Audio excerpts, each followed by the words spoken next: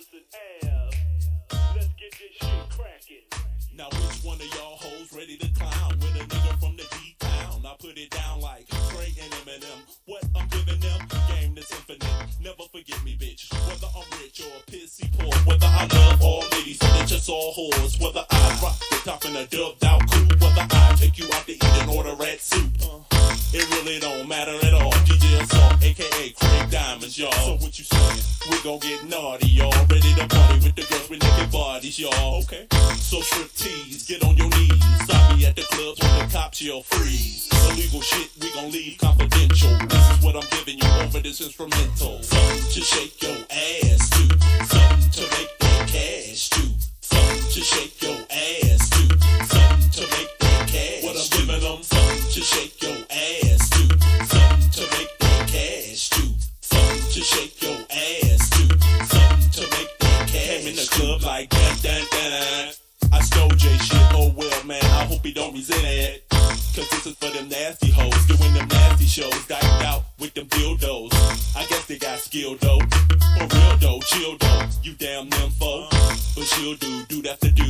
Everybody get a turn like Rubik's Cube. With a body like a goddess, she takes the cake. The bitch is thicker than a motherfucking milkshake. So shake that ass and titties too. Notice, I'm running game and not tipping you. This place is like a zoological park. You're making money off of buses, straight up mark. Them niggas crazy. But who am I to judge? Let's go, baby!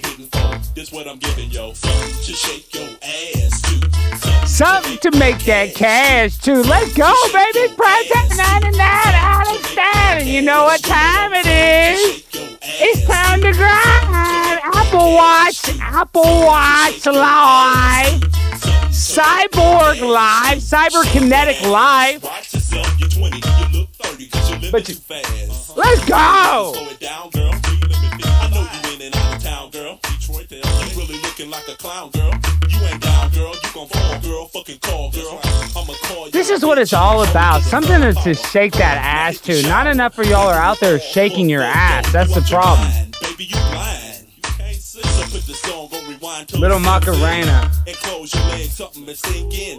Nickname Cicely. This is for the ladies. This is for the ladies. Y'all been requesting this. This is for y'all. Let me tell you what I'm giving you everywhere. Something to shake your ass to. Something to make that cash too. And thank y'all for the donations. $1,400. Let's go. Giving them something to shake your ass to. $2,000. Let's see. Something to shake your ass to. Something to make that cash. What I'm giving them. The 24-hour party. The shit don't stop. What I'm giving them. Something to shake your ass to all night long. What I'm giving them. $1,400. I'm rich, bitch. Oh, y'all can. I don't care. All the haters, y'all can suck it. I'm rich. I'm gonna live off this money for the rest of my life. I'm retiring.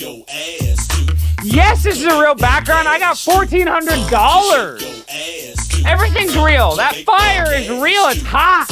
Woo, woo. I'm gonna get a little closer. It's too hot. That's right, ladies and gentlemen, boys and girls, children of all ages. Welcome to the Conspiracy Castle. I am your conspiracy asshole, Alexander Stein. And let me just tell you a little bit about what's going on in the fake matrix this evening. That's right, psyop after psyop. What's going to happen next? What trauma-based mind control technique are they going to use on you to manipulate you tonight? I'll show you. I know you want to see it. I want to see it. I want to talk about it. I want to show you.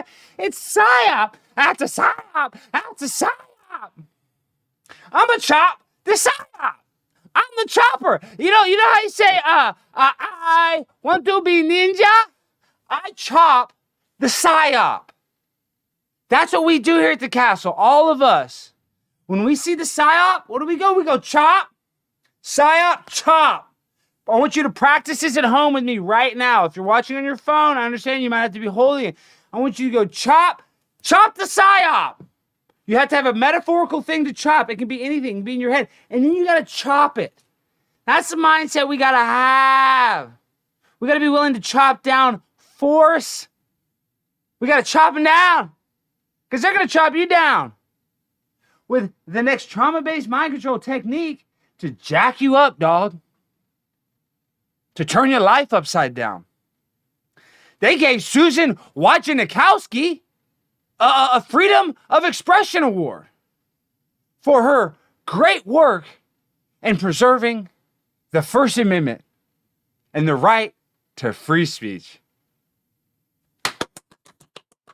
Oh, so good. You feel so good. Oh, you feel so good. What the hell is going on? This is the last place that you can talk freely, dog. We're in the gulag. I'm yelling and screaming. I'm hyped up. I took last night off. I'm like, what am I going to talk about? And this NYPD cop got killed right after this woman did a podcast where she's drinking and smoking. We're going to dissect that. We're about to dive deep into that. But I was just like, no. What you going to talk about, dog? It's like, man, shit is whack right now. The worst it's ever been. I mean, literally, like when I say it's the worst it's ever been, I don't want to use the word misinformation. That's their word, right? But the lack of credible information it's impossible to get, to know what is up, what is down, what is left, what is right. Society is going to virtue signal us into an apocalypse. Climate change is going to change our whole world because of climate change. They did it with me in college. I didn't even see it. My first class, it was like geography. I don't even know what the fucking class was. I had 4 classes. I think I had to take like a geology class, all about like the earth, you know, and rocks and shit like that, whatever they call that section, or whatever you have to, they call the general requirements. Every class talked about global warming at LSU. Every class. And I was just a stoner, alcoholic college kid just trying to basically, you know, copy off his neighbor to try to get a C on a test. So I'm not, I didn't, the trauma-based mind control, the subliminal propaganda worked on me. It takes a while to wake up. And that's why Alex, you're like, oh, you like to talk about pop culture stuff? Yeah, because we have to see the propaganda is right in front of us. So we have to propagandize the propaganda, I guess, for lack of a better word. We have to be able to notice it, that is propaganda, because then it doesn't work. So that's why I like to talk about pop culture stuff.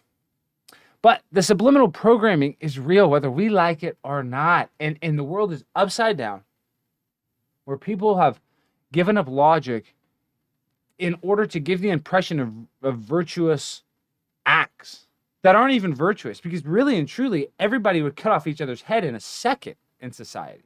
Metaphorically, I'm speaking. Of course, metaphorically. But we're in a dog-eat-dog society that shows very little mercy to one another. Sadly. So it's I'm not trying to say the world is a dark place. Man, the world's a dark place. We can go this interview right here. This NYPD cop killed by a drunk driver. Hold on, let me do this. Killed by a drunk driver after she was live streaming. So let me read the article. Let me read some of the article, and then I'll give you a little. Then we'll watch her live stream. This is her live stream. This is her. And in the live stream, she smokes, she drinks, she pops, pops bottles. I guess they call that. They call that popping bottles. She's in this video popping bottles, and then next thing you know, she is hitting police officers and murdering them in her car. Okay. Let's read this. Drunk driver 32 streamed herself on Facebook Live saying, "Fuck the police," and downing vodka shots just hours before she killed cop in a hit and run, then sobbed, "I'm sorry he's dead," after her arrest. Jessica Beauvoir posted a 1-hour, 51-minute live stream on her Facebook page Monday evening. She spoke about the trial of ex-cop Derek Chauvin for the murder of George Floyd and slammed the police. Beauvoir is seen vaping and drinking a liquid said to be vodka, and at one point washes down the contents of a red shot glass with a bottle of Snapple. She said cops are signing up for potential death before signing off the footage with "F the police." Hours later, she allegedly got behind the wheel of her Volkswagen intoxicated and with a suspended license. She is accused of striking and killing NYPD highway officer Anastasios Sakos, 43, around 2 a.m. Tuesday. Sakos, a married father of 2 young children, was redirecting traffic on the Long Island Expressway following a separate fatal accident. Beauvoir allegedly sped away from the scene before being apprehended by the police. She offered a tearful apology for Sakos' death as she was led out of the NYPD's 107th precinct in handcuffs Tuesday, where she faces charges of vehicular manslaughter. Wow. Y'all got to watch this video, though. Let me just read this article. Now we're going to watch our video of her downing the liquor and stuff. A suspected drunk driver streamed herself on Facebook Live saying F the police while drinking vodka shots hours before she struck and killed a veteran cop in a hit and run in New York City, it is claimed. Jessica Beauvoir, 32, posted a 1 hour and 51-minute live stream on her Facebook page Monday evening as part of her Face of Reality radio show, where she addressed the trial of white ex-cop Derek Chauvin for the murder of George Floyd. Slammed police officers in the justice system played the NWA song F the Police. Throughout the video, Beauvoir is seen vaping and drinking an unknown dark liquid from a plastic cup, and at one point washes down the contents of a red shot glass with a bottle of Snapple. Police sources claim she later confessed to guzzling vodka before the deadly accident. Hours later, Beauvoir allegedly got behind the wheel of her Volkswagen and plowed into NYPD highway officer Anastasios Sakos, 43, on the Long Island Expressway around 2 a.m. Tuesday morning. Sakos is redirecting traffic following a separate fatal car accident in Queens where Beauvoir's car allegedly veered and struck Officer Sakos head-on. Sakos' 43-year-old married father of 3-year-old son and 6-year-old daughter was rushed to a nearby hospital where he was pronounced dead. Wow, it's pretty dark. Sakos was redirecting traffic following a separate fatal car accident in Queens when Beauvoir's car allegedly veered and struck Officer Sakos head-on. I know I just read this, but this is the one we had to read. Sakos' 43-year-old married father to a 3-year-old son and a 6-year-old daughter. Wow, that is not good. Those kids are never going to be able to. Let me finish reading it, but this is her video. I just want to give you all a clip of this. Harlem, like the dirty ass.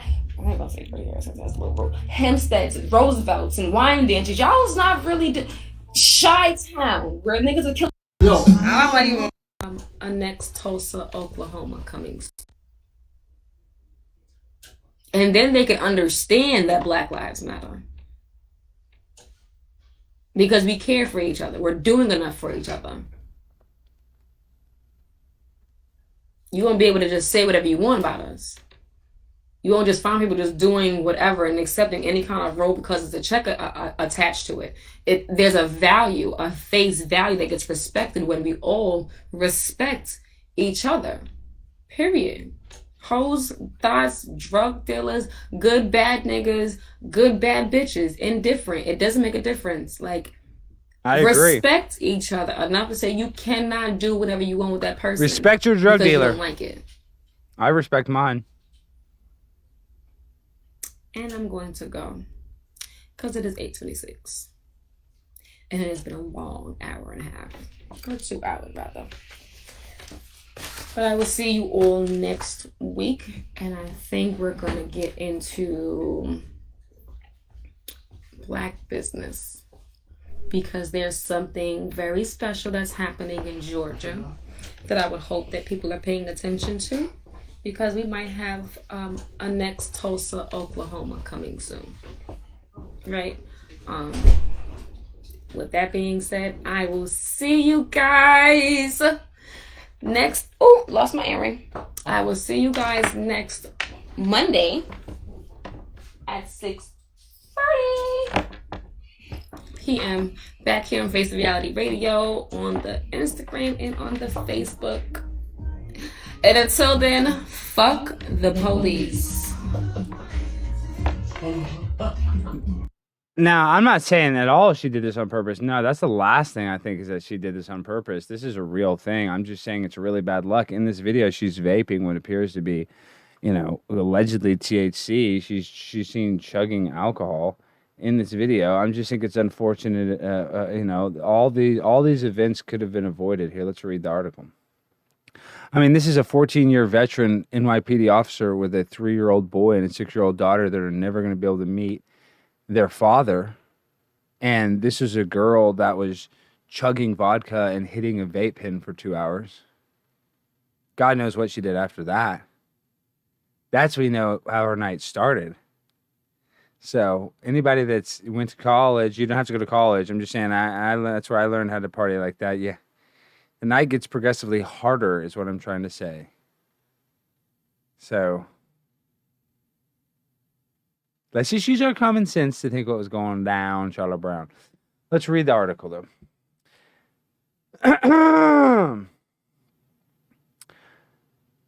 I read that, but throughout the video, Beauvoir is seen vaping and drinking an unknown dark liquid from a plastic cup, and at one point washes down the contents of a red shot glass with a bottle of Snapple. Police sources claim she later confessed to guzzling vodka before the deadly accident. Hours later, Beauvoir allegedly got behind the wheel of her Volkswagen, plowed into NYPD highway officer Anastasio's 43. Yeah, we read this, yes. He lost his 3-year-old son and 6-year-old daughter. The 32-year-old, and this is the woman, Beauvoir, the 32-year-old who was allegedly intoxicated and driving with a suspended license as well. Wow.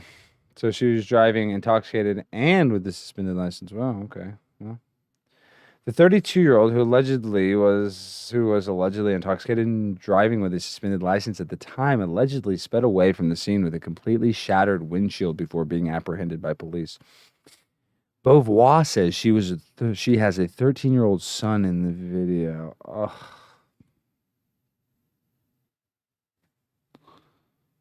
Ugh. Oh, this makes me sick.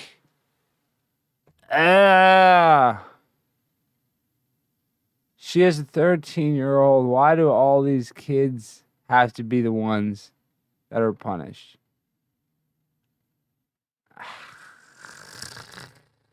Makes me sick. Beauvoir, who says she has a 13-year-old son in the video, offered a tearful apology for Sacco's death as she was led out of the NYPD's 107th precinct in handcuffs on Tuesday afternoon. I'm sorry that I hit him and that he's dead, she sobbed. She is set to be arraigned on 2 counts of vehicular manslaughter and reckless endangerment, leaving an accident resulting in death, fleeing an officer in a motor vehicle, and other charges, including driving while intoxicated. Suspected drunk driver Jessica Beauvoir, 32, streamed herself on Facebook Live saying F the police and downing shots hours before she allegedly struck and killed a veteran cop in a hit-and-run New York City accident. So I'm saying, guys, there are often... No, I don't think this is fake news. I think this is real news. I mean, everything can be fake, right? Everything can be fake, but like... I don't know. I mean, she's on Facebook Live. Everybody can see this. I mean, this is her Facebook Live. This is her, Michelle. Cope with it, man. You're going to do a lot of time. Give it a choice, but I don't think nobody should have the choice to see. The only reason why they say weird shit like you have to have guns is because people. This is her Facebook.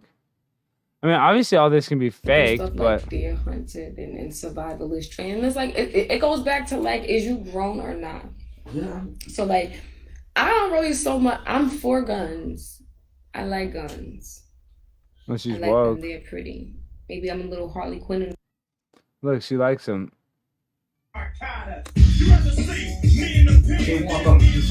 Wow, well, I guess it doesn't matter if I get a copyright strike.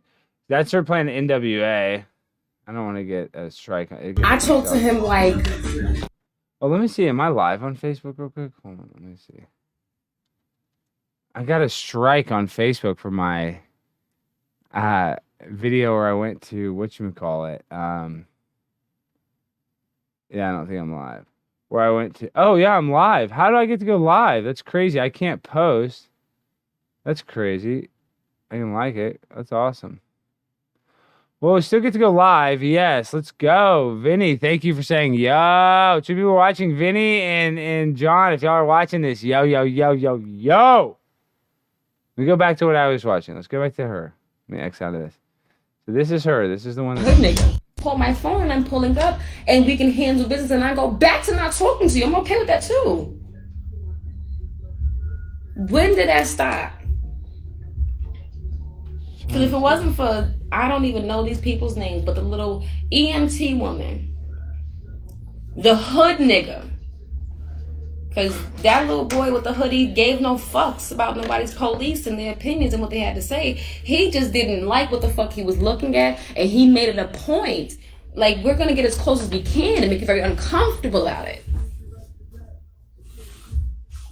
This is her, and it's just so sad. She has a 13-year-old son, and then the guy she killed has a 3-year-old boy and a 6-year-old daughter, and they're never going to have a normal life ever again. It makes me feel absolutely rotten. That's why we have to have gratitude when we read this stuff. Because, everything we do read on the news and everything they get us, because, like, the news is filtered because there's a bunch of messed up stuff that happens that we never hear about that they hide.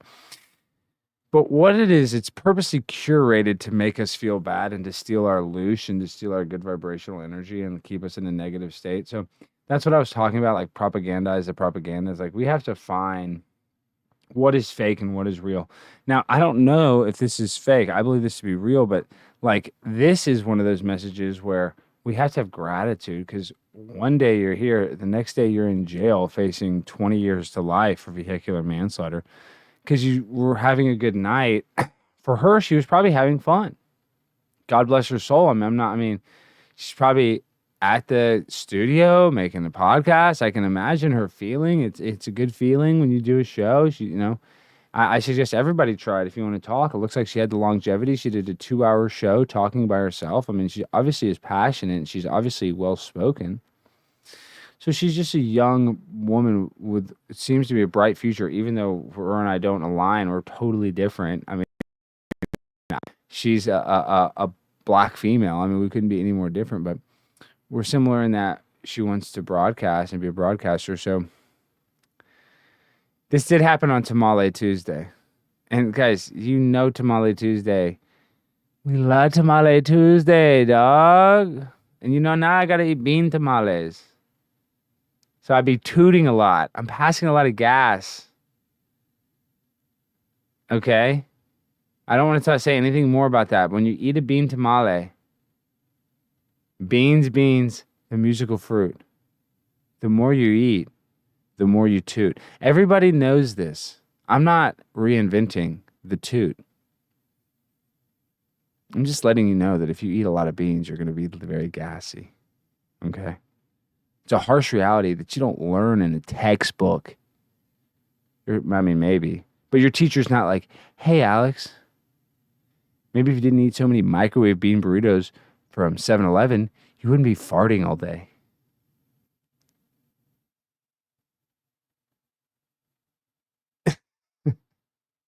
I don't know. It's not good when I laugh at my own jokes.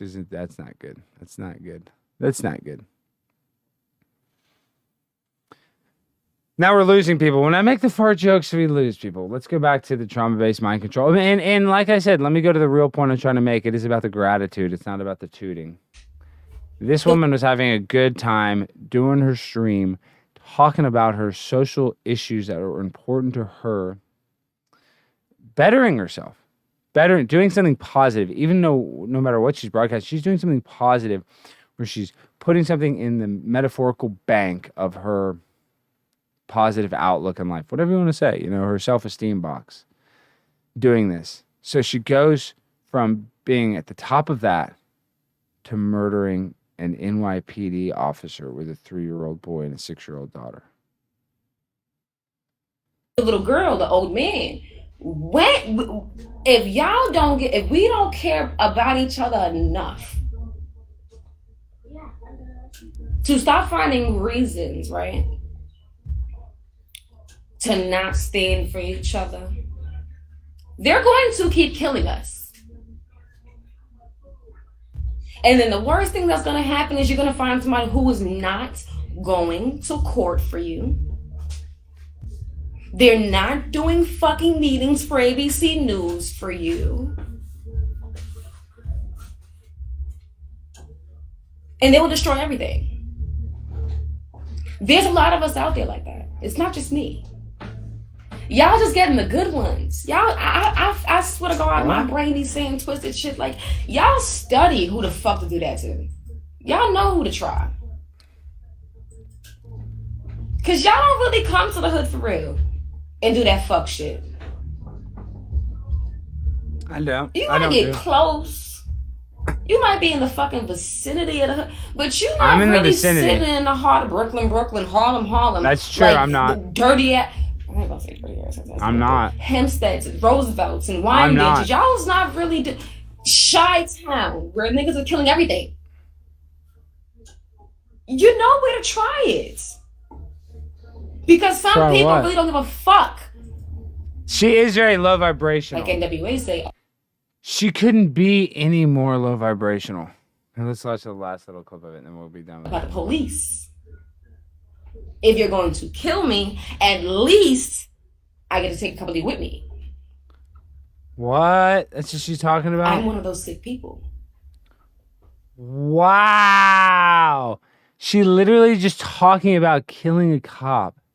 And then that night kills a cop. I just burped really bad, sorry. This is a prime example of you can manifest things if you think about it hard enough. It's almost like, obviously, I don't believe that she purposely did this, but she did it. She manifested it. She set herself up for failure. She could have taken an Uber. She drank, she drove, she smoked.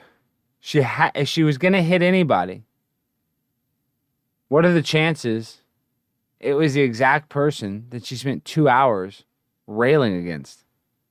100%. I mean, not really that high, but if she was going to hit somebody, it had to be somebody connected to her cause, because that's how small the world is. They want to make you think it's like this big thing. I mean, it is big, but it's not what they say it is. But at the end of the day, it is a lot smaller than we think, especially our social circles, because they have us so clogged into cities. So it's very honest that you can't, in New York City, you're going to bump into somebody. And she bumps into somebody in a drunk driving accident. It happens to be a cop at a scene that he's trying to fix another fatal accident. So you're in New York City where driving is not, the driving conditions are harsh, to say the least. So the idea that if you're driving in a harsh place on drugs and alcohol on a suspended license, there's a possibility you can hit somebody, right? It increases it greatly. And now, who sometimes has to stand in the street and do traffic? Cops. So whether or not she likes it, she set herself up for this. She manifested this with her decisions. And now her son, who's 13's life is ruined. Her life is ruined, obviously. But most importantly, and whose lives are ruined the most and who needs the most sympathy, is the family of the fallen officer. But no, I don't think this was done on purpose. I just believe she manifested it subconsciously. So, we wield a strong power that we don't know that we have a lot of the times, that we take for granted. Everything she talked about, defending herself against the cop, yada, yada, yada, it came true. She defended herself against the cop with her Volkswagen. Okay? So in the end, terrible outcome, not what she wanted. She's going to go to jail. She's a young woman. She'll get out. She will go down as a cop killer. But in her circle, in her world, that would probably be a cool thing. When she gets out of jail, she's very well spoken. She'll probably get a degree in prison, and she'll probably come out of jail and be a politician. We're probably looking at the future first woman in the White House, besides Kamala Harris. We're probably looking at the second black president right here. I wouldn't put it past them. They got Kamala Harris in there. But let this be a lesson, because, like, that's another thing. There's this crazy movie called Inland Empire, and I was listening to Jay Dyer, who's supposed to be tomorrow. He's supposed to be on a guest. We had to reschedule. I don't even want to get into the Inland Empire talk without Jay. I want to save it for him. But I just want to talk about how, like, our lives are the result of what we put into them. We get out what we put in. So if we put all of our energy and we direct it in one direction or towards one thing, then it is possible to manifest or create an outcome that is related to that thing that we're manifesting. So hers is just like, I hate cops. I hate cops. I hate cops. Cops are the enemy. Subconsciously, she might go down as a celebrity, maybe. I don't know. That's not a good thing.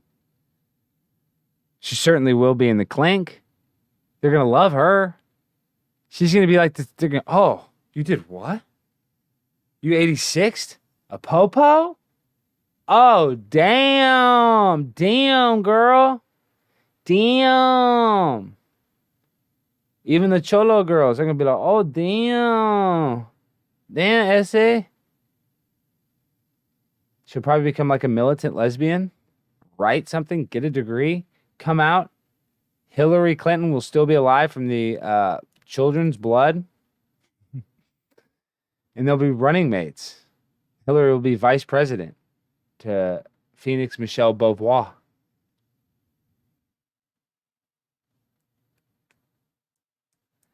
I know it sounds unlikely, but you can manifest these things. So maybe that would be kind of cool. Not for her to be president, but I do like to see second chances. I would like to see her story turn out better than it ended. I mean, that's good. I mean, I'd like to hear the best for her kids. Oh, look at this. See what I'm saying? Beauvoir posted a 1 hour and 51-minute live stream on Facebook, on her Facebook page Monday evening, and she's chugging liquor right there. You see that? She was smart. She was a smart person.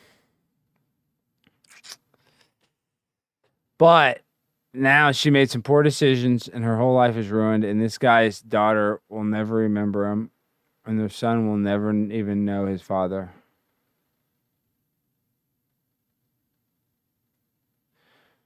So this is negative energy. We got to get off this topic. This isn't the sad castle. But here, let me read the whole article. Okay, let's see.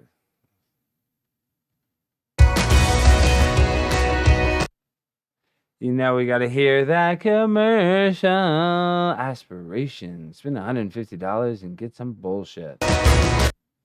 Here's some free shit. I should have skipped that one. Come on. Skip ad. You fold up chairs right here, baby. And you sit right here for me. Yeah, so for Whatever. see. Oh, you think? Oh, just no. Unfold it right there. I will see you guys next Monday at 6:30 p.m. back here on Face the Reality Radio on the Instagram and on the Facebook. And until then, the police. Wow.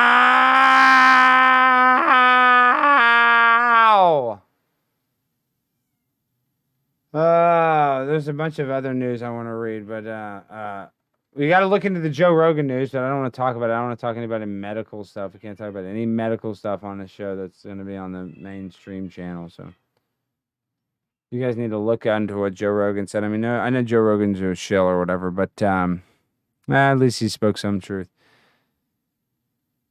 Yeah, I love the Sage of Quay, Paul McCartney stuff. What was I going to go to? There was something.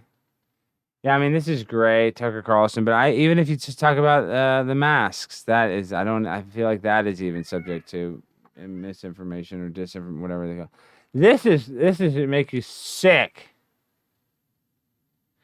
Biden wants to give the IRS $80 billion to squeeze the rich harder. President plans to crack down on America's top earners and corporations to enforce his tax on the wealthy. Dude, he's going to spend $80 billion and probably get less than that back in taxes. Do you see how that doesn't make sense? You're going to spend $80 billion to get like $20 billion back in taxes. Just let the people cheat the $20,000. Whatever. I mean, I don't want people cheating. You know what I freaking mean. Not good. Let me read this. Biden to give IRS an extra $80 billion to crack down on wealthy individuals and powerful corporations who try to evade his proposed new tax hikes. Funds will help enforce the higher income tax and capital gains tax he's proposed to pay for his $1.8 trillion American Families Plan. See, they call all this shit something so stupid. We need $1.8 trillion for the American Families Plan.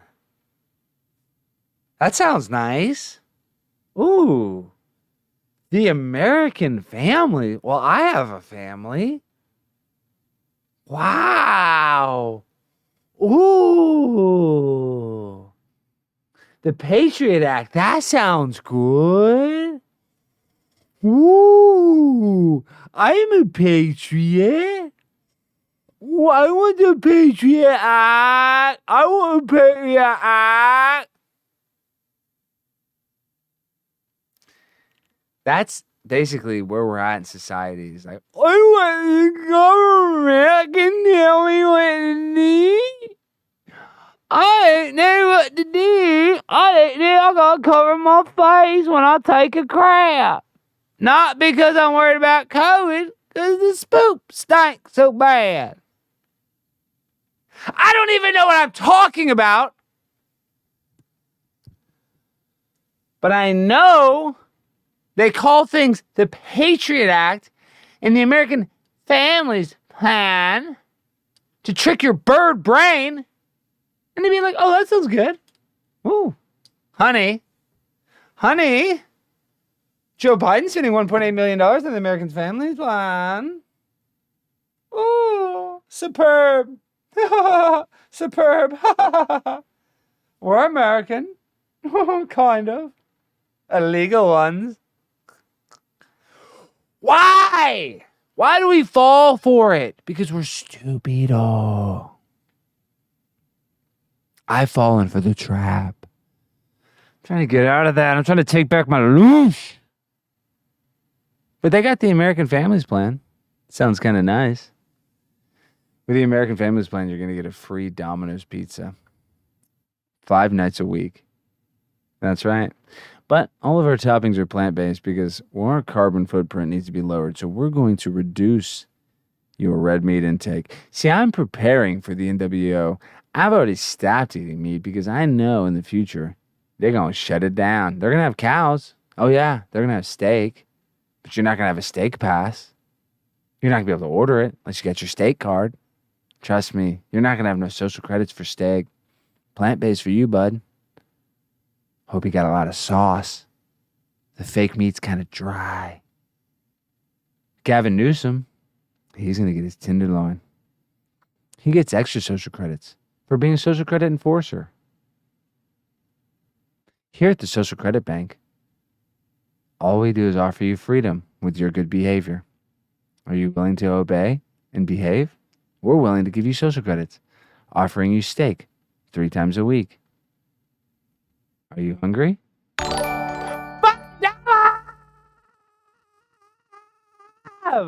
Okay, what did it say? Hey, Alex, I've done a show with Jaron, Dave, and next it better be you. Love the community and love your comedic spin, even on the worst circumstances that we're currently in. Cheers. Okay, Landry Chamberlain. Landry Chamberlain. I feel like I've heard that name. Landry, you're welcome on the Conspiracy Castle anytime. I need to send you an email. If you've been on with Jared and David, I'll get in contact with you in $5. I'm rich, bitch. Oh, y'all want to see something? Y'all want to see Rich? I don't even like to talk about it, even though I love it. Y'all want to see what it's like to be rich? Y'all know what it's like to be rich. This is what it's like to be rich. I got $1,400. $1,400, 72, $5 more. Thank you. Thank you for the donation. If you want a donation, you can go to conspiracycastle.live. Thank you, Landry. Biden wants to give the IRS $80 billion to go find $10 billion and then arrest a bunch of white people. It's like the Capitol thing, dude. I was just talking to my buddy Vinny today. It makes me sick. I got to do my little rant. It makes me sick. I got to rant. It makes me sick. Donald Trump convinced all of his freaking fans to go to Washington, D.C. to storm the Capitol. And then when they did it, people were in jail. People say it's fake. I don't care if you think it's fake. Well, people did go down there. There's live streams of people I know that were live there that saw people there. And I know people personally that are in jail. That's Donald Trump's fault. The guy's an asshole. Real big asshole. Okay? And our country is hemorrhaging right now. And he's the last guy that can fix it. Lord knows that's the case. But set us up for failure. Whoa, bud. Talk about the setup of the century. You'd have to say he was in on it the whole time. And that they just let you be a punching bag. And people like me can be like, you know what? He's going to arrest Hillary. I swear it. He said you'd be in jail.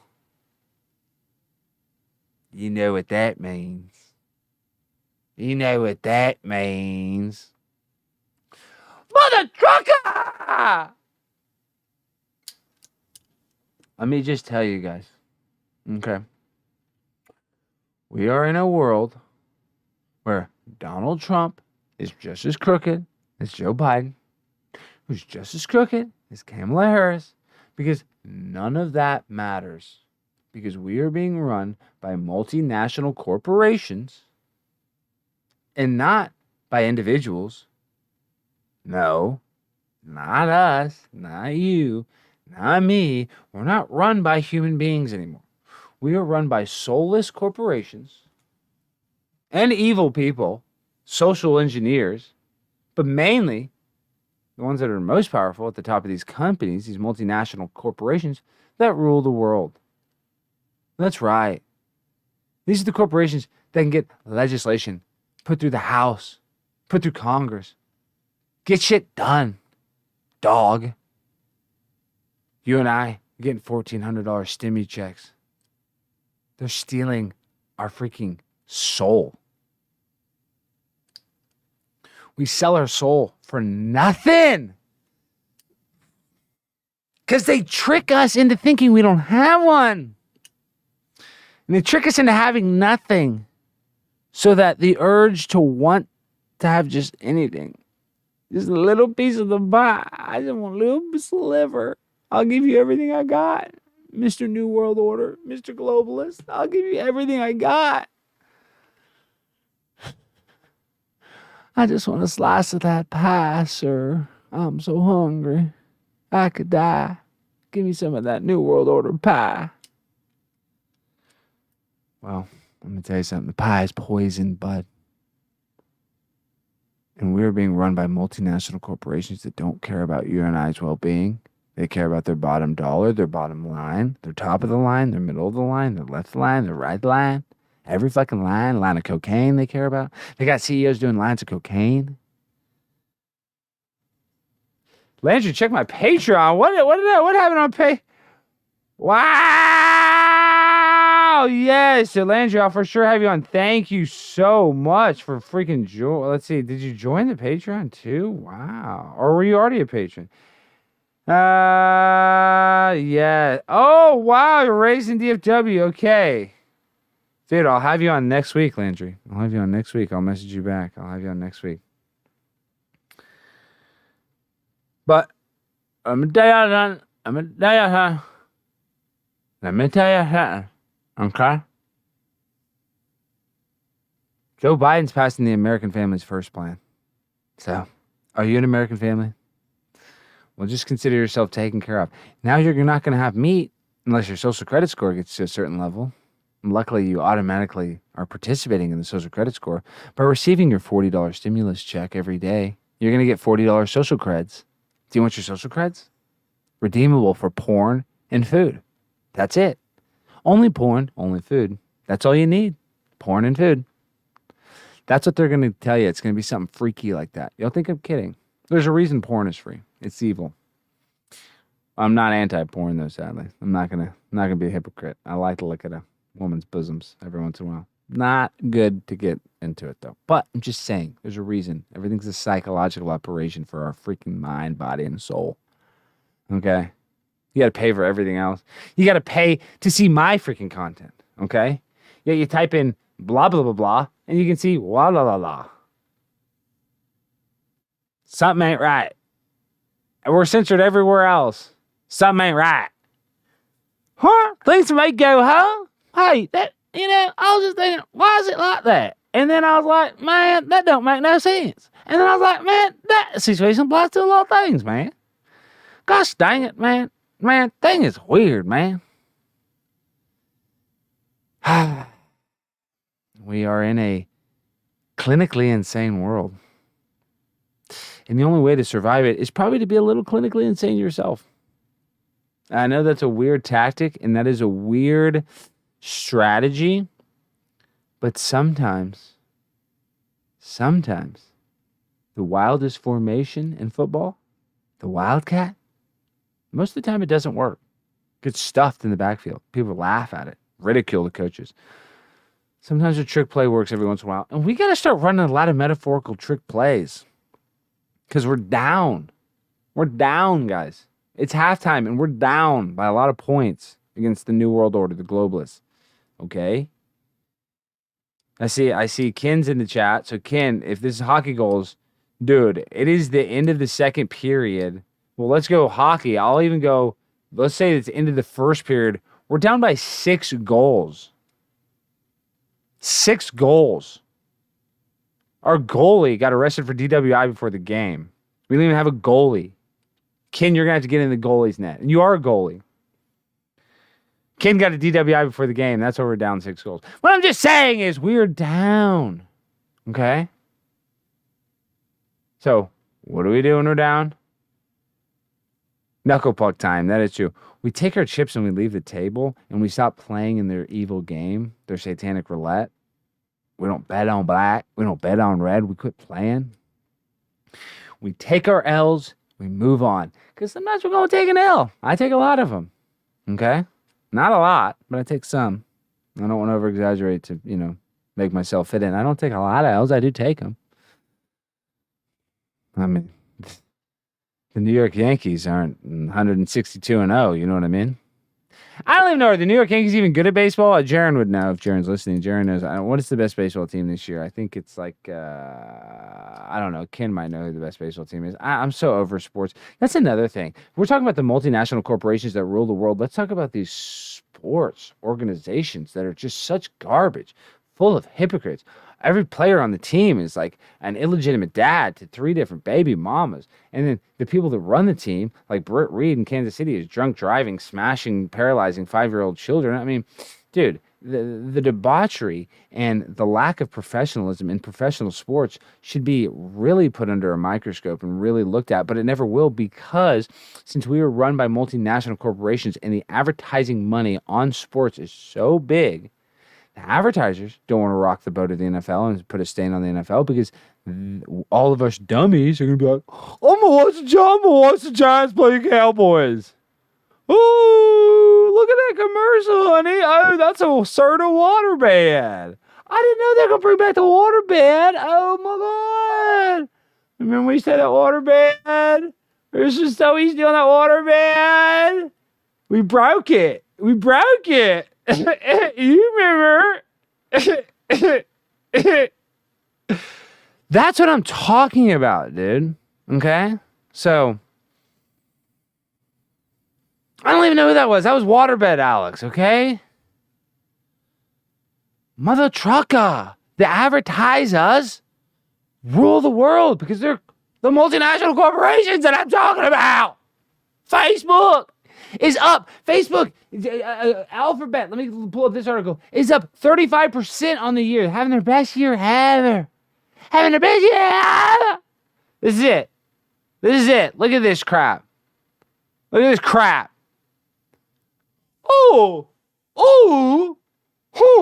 weird. The pandemic paid off for some. Google's parent company Alphabet announced its first quarter earnings up 34% on last year to $55.3 billion. What?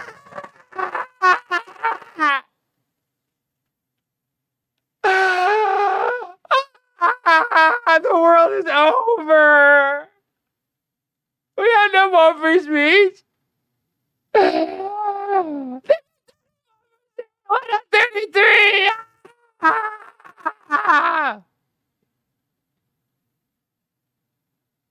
Is my mic messed up? Is it clipping? Shite. Let me see. Let me hear it. Let me hear my clipping. Hold on. Let's see. Let's see if I'm live. I want to hear from clipping. Clipping? Alphabet, let me pull up this article. It's up 35% on the year. Having their best year ever. This is it. Look at this crap. Let's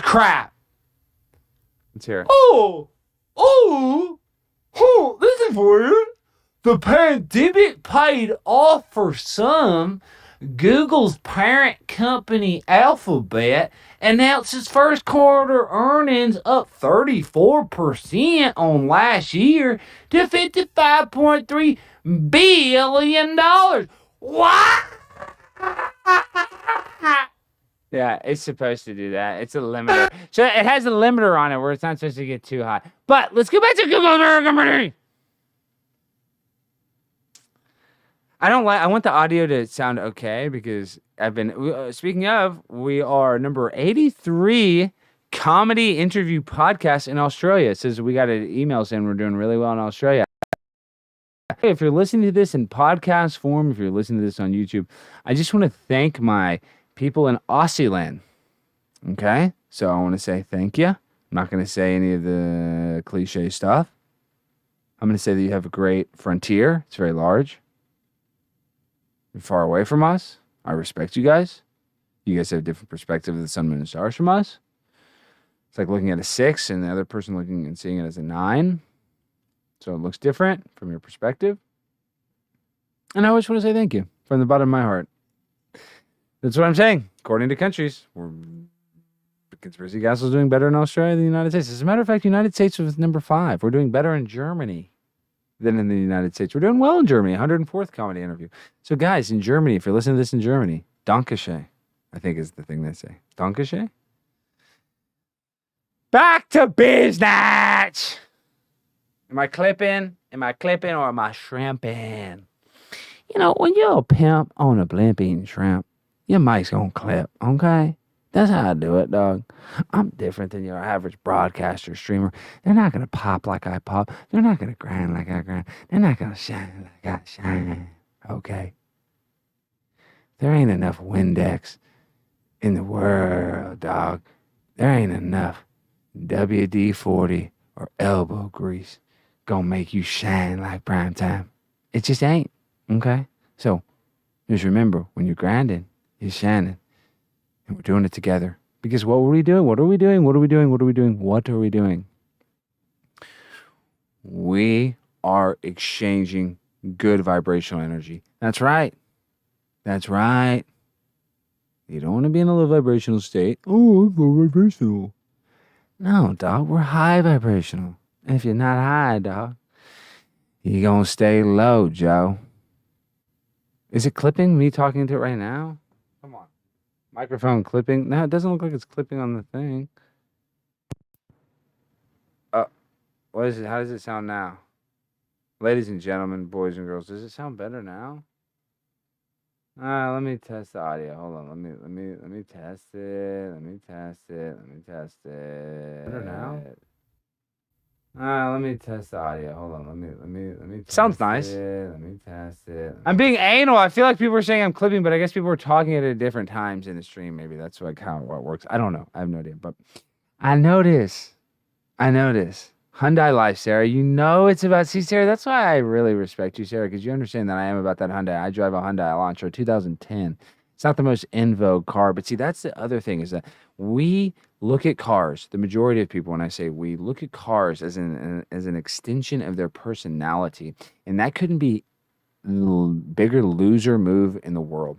If you put an extension of your personality into an inanimate object, you are an idiot, and you should really self-assess what your priorities are. Oh, I need a toe. People can see me. I need a toe. Alex, do you have any black toes? Yeah, I can get you a toe. You're gonna get 8 miles to the gallon. It's gonna run for forever. It's a great car. There's a lot of other options though. Might give you more value, more bang for your buck.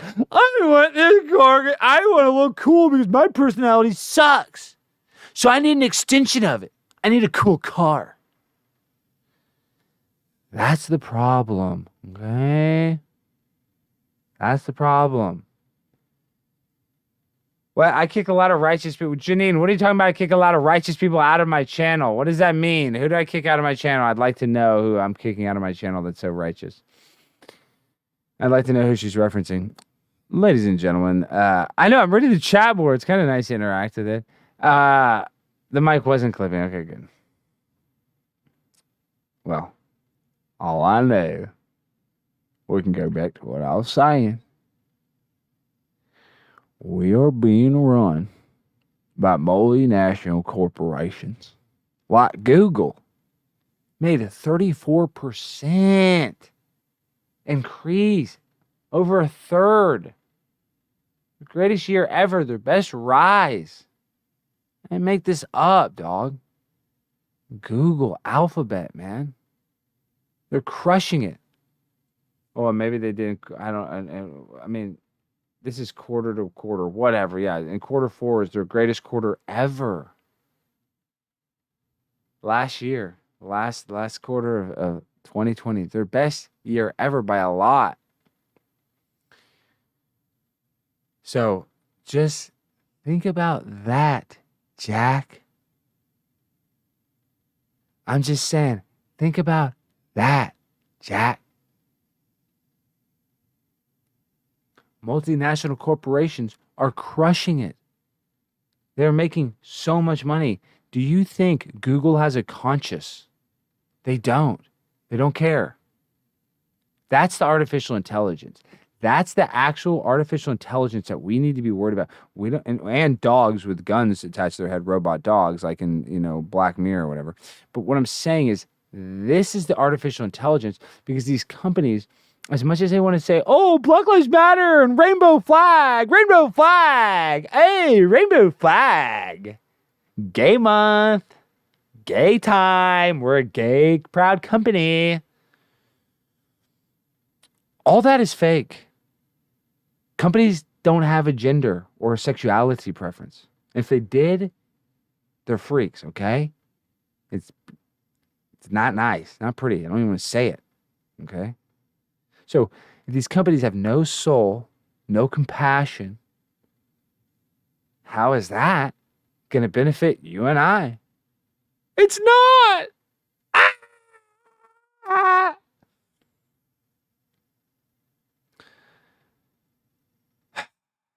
We are going to be the literal cattle to these corporations. We are their buyers. We are their sellers. We are their data points of information. We are the hive mind that they want to influence and control with a globalist agenda. And that's why it's not America first. Because Google is all over. YouTube is all over the world. It's an international product. Facebook is an international company. So it has an international interest. So that international interest that these companies have, because they're multinational, are you following me? It's that simple. When these huge monopoly type corporations, they give us the idea that, oh, it's a capitalist, it's a free society, make your own Twitter. Oh, you guys just believe in Twitter? Why don't you make your own?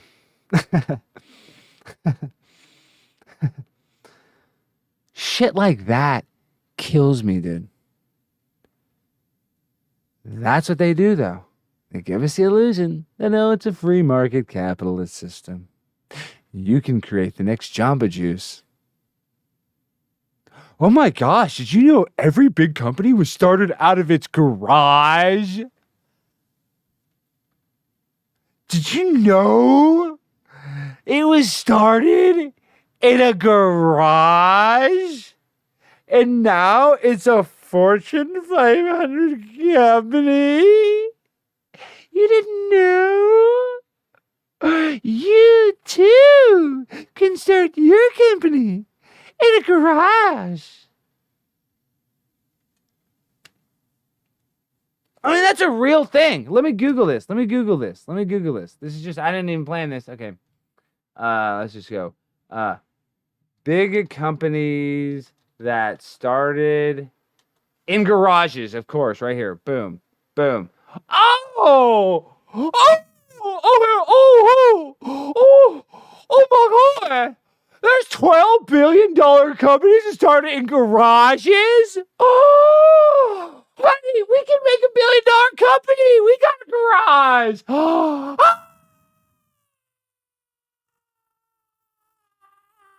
We're gonna be rich! Buy it! I know you're on the Home Shopping Network. Just buy it. I know we got 2 air fryers already, but that one has the deluxe speed model, and it's bigger! Order it! We got a garage! Oh my God! Microsoft is starting a garage? Oh!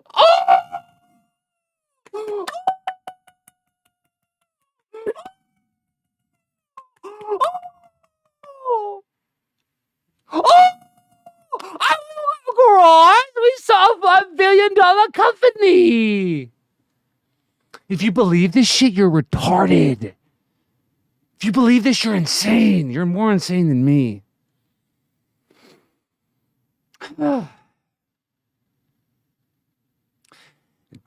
Michael Dell is another famous entrepreneur who dropped out of college and started in what? A garage! Oh, not you. You're the garage guy. I'm the garage guy. Google in the garage? I know a psyop. Everything starts in a garage. You too can start SpaceX in a garage. Go to the Mars from your garage.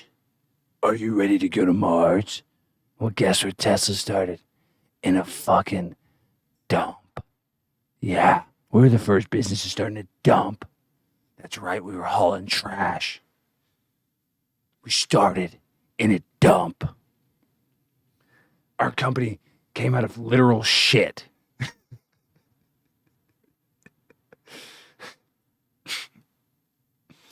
Oh my God, Walt Disney started in a garage!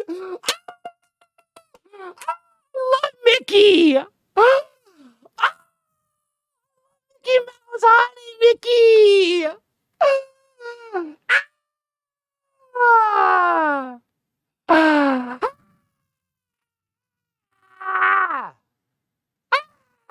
Everything starts in a garage. Honey, we have to move. We don't have a garage. I want to start $1 billion company, but I can't afford a garage. I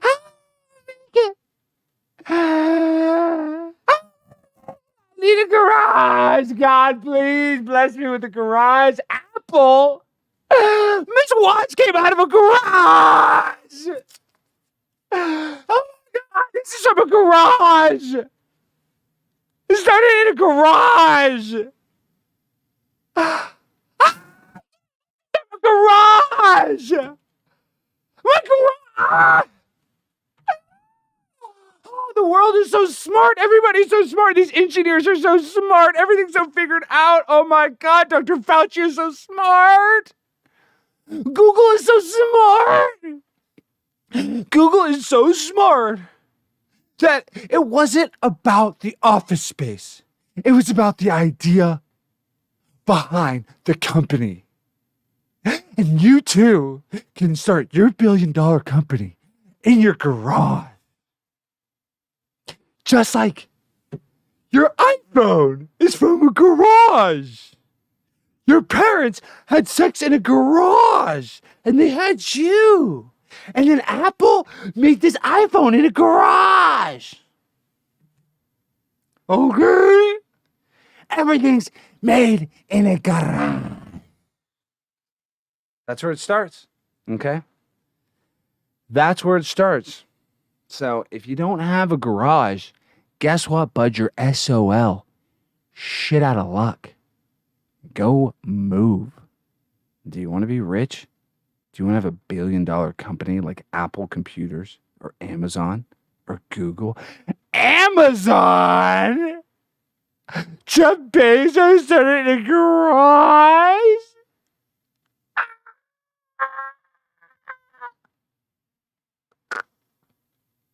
This watch is terrible for me. I told you I'm a cyborg. It's all about the garage. I'm trying to find if anybody has a lead on a rental garage. I'm trying to start a $1 billion company. What we're gonna do is we're just gonna go out to public parks and we're just gonna take ducks and we're gonna breed them. Okay, we're gonna have very low overhead and we're gonna sell ducks to other parks because all their ducks are missing. It's gonna be like a duck kidnapping kind of thing. And it's a duck protection agency. It's for the ducks, okay? This is duck preservation. You guys wouldn't get it. It's a complicated situation.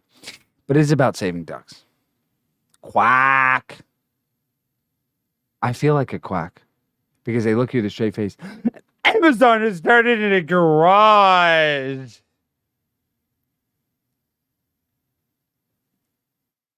$1 billion company started in a garage. When we think of the most successful companies in the world, we seem to have this vision of them already having huge, great, big offices and employees upon startup. When in fact, so many businesses start in either the founder's bedroom or home garage. Doesn't that seem so crazy yet inspiring to think about? I mean, can you just say they started the company in their bedroom while they were sleeping? I have a bedroom. We're going to be billionaires. All right, I got to stop. I'm acting too much. I know. I'm wearing myself out. Sorry. I just don't like it when they do the trauma-based mind control, and it's so stupid. When in fact, so many businesses start in either the founder's bedroom or home garage. Doesn't that seem so crazy yet inspiring to think about? Question mark. The fact that some of the most successful and highest valued companies in the world started in a garage, a room that's so small and non-important, most of us are able to have access to something similar. Oh, even you can start it. Wow. What? What, dude?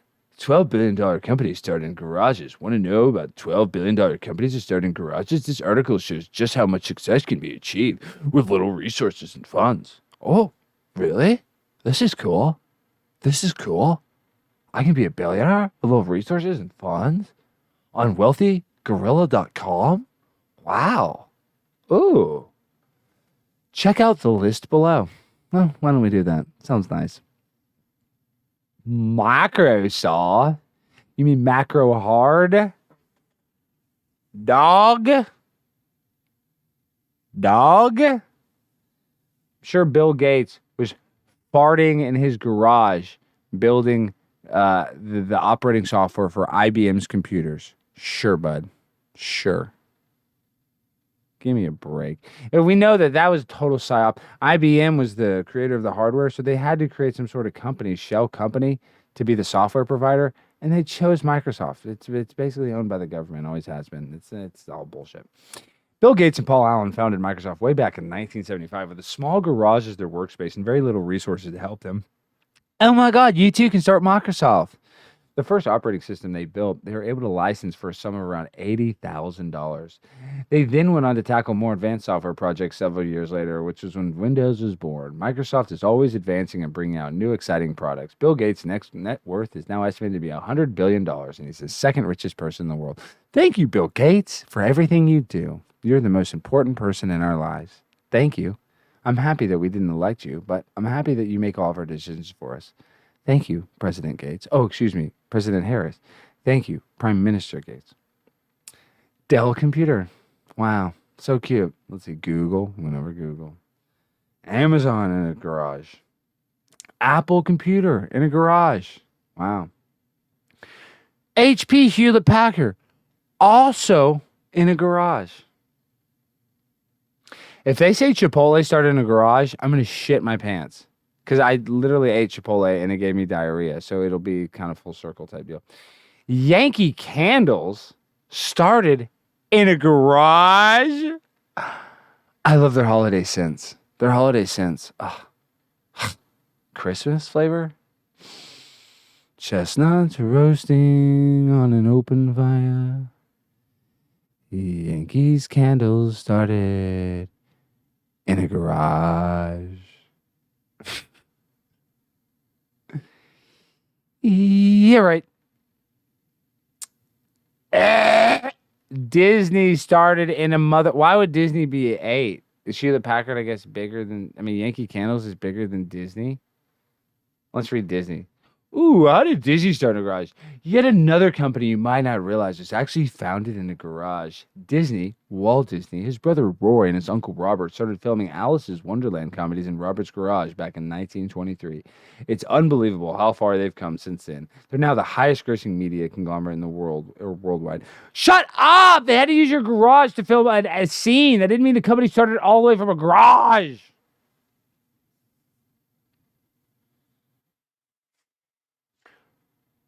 Well, no shit. Harley Davidson started in a garage. It's a motorcycle company. Where is it supposed to start? In a kitchen? What the fudge? Harley Davidson was started in a garage?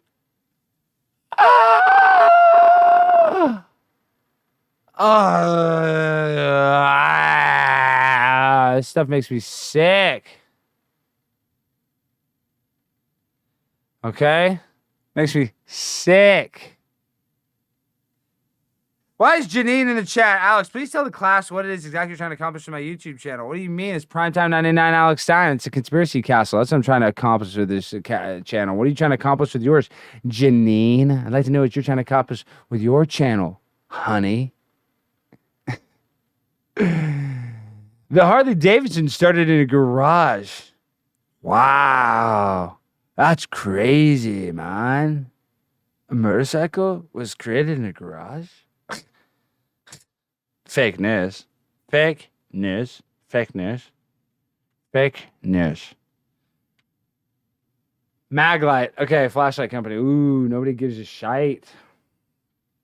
Mattel. Barbie was created in a garage. Is a garage. Janine, my goal is to make people laugh. That's my purpose. So if you're really serious, what I know my goal is. Here, ladies and gentlemen, my goal is to make you laugh and try to make the trauma-based mind control a little less harsh. Because guess what? It is harsh. And you're under constant stress and you're under constant manipulation. So if you can come to my channel, you can laugh a little bit. You can get away from the trauma-based mind control, or at least help decode it so you have a better understanding. And you can go through life a little more free. So that's my true message, Janine. I'm Primetime 99 on the grind all the time. That's the message. Damn. I am speaking the truth. It's just funny Janine's asked me. I like, though, that you're asking me. But that is really my purpose. I want to make people laugh. God's honest. I don't want to be a place where you come here to get more loosh stolen from you and deeper down the rabbit hole. I mean, we can get into the rabbit hole for sure. For sure. We go down it a lot. But I want to try to help people get out of the rabbit hole, not necessarily deeper into it. And I want to have a show that asks more questions than gives opinions. And I know I have an opinion that I'm doing a show now, but mainly with guests, like when I have guests on. So when people are like, well, why didn't you tell them this when you had this guest on? Because when I have a guest on, the show is about questions and not my opinion.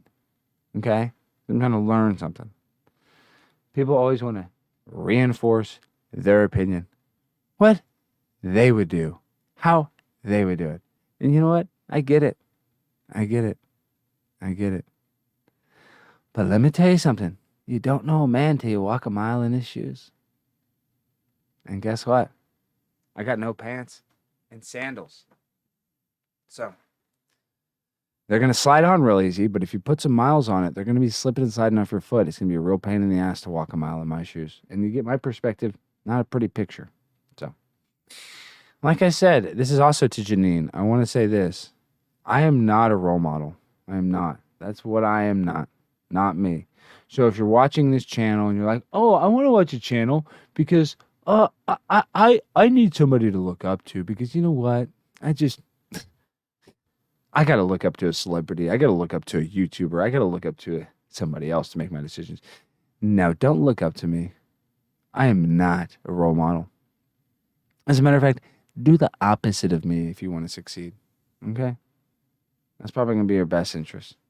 So don't look at me and emulate me because you can't. You can't. You can't emulate my shine. You can't emulate my grind. All right. And Ken, you know, I appreciate that, but I'm telling you, you don't want to emulate the 99 man, the grind man. Okay. Because if you fly too close to the sun, your wings will melt. And I'm not trying to get nobody hurt, dog, because everybody's got that Achilles tendon. And I know that. And I know that because I be having one. And I be getting hurt sometimes. I get on the disabled list. I get on the injured reserve, the mentally injured reserve. Okay? So I don't want you guys to fall into those same traps. And that's another thing. That's what I was talking about, the Inland Empire. One of the most important things in life that we can learn and that we can actually, real talk time with 99 is life wants to tell you, or this is true, in life you need to learn from your mistakes, right? Obvious. But there's a hack in life. You can actually learn from other people's mistakes, and you don't have to make them. That's a little simple life hack. Yes. Yes. You see other mistakes that people made, and you try not to make those same things, those same decisions. Of course, do we probably have to burn our hand to really understand how hot the stove gets? I'm sure. But when you look at people, you look at people, when you look at people like Miss Beauvoir, Jessica Beauvoir, killing that cop, she made some unfortunate decisions that cost her whole life. And that's what we have to be cognizant of, to not make those same decisions and be grateful that we're not in that situation, and to learn, most importantly, to learn from these mistakes. So even in the fake news, when they use trauma-based mind control or fake news to manipulate us, we can still learn from that. We can still decode that and see what is the propaganda or the subliminal programming really is. You see what I'm saying? But it's still a learning process. And that is the life hack that we have to know, we have to figure out, and we have to spot. I don't want to say that people should be sacrificed for our, we shouldn't benefit off people doing bad is the point I'm trying to make. But at the same time, people are going to make mistakes regardless. So it's just being based in reality. When people make those mistakes, we have to take accountability and learn from it. And that's what I'm talking about. That is the hack in life, is, we don't listen to our parents. We don't listen to this. And like sometimes we do listen to the wrong person, or we surround ourselves with this, or we're in a relationship that we can't get out of, or, we're not in a relationship and we want to be in. It's like, I don't know. It's a never ending myriad of problems that are always going to, steal your good vibrational energy. Okay. So we got to just kind of try to keep our energy to ourselves and let those other people that get their energy stolen and like learn. Hey, maybe I shouldn't get shit faced and drive around. Maybe I shouldn't do this, And that's another thing, Ken. I like that. Trust your instincts. Here, let me open up the phone lines. Oh yeah, and that's what I'm going to say. Here, let's call in. This is what I'm going to do now in the future. Well, obviously, we're going to do call-in shows. We do guests. We do call-ins all the time. But I don't know when, but starting next week, we're going to do, it'll probably be a weekly show. I'm going to do a weekly show where it's just a call-in show That's the whole show. I mean, we'll talk like for 20 minutes or something in the beginning. Just so we have a designated call-in show. Obviously, we're gonna, every time I have a guest, we'll have call-ins. So Harmon, everybody's gonna get to call a bunch.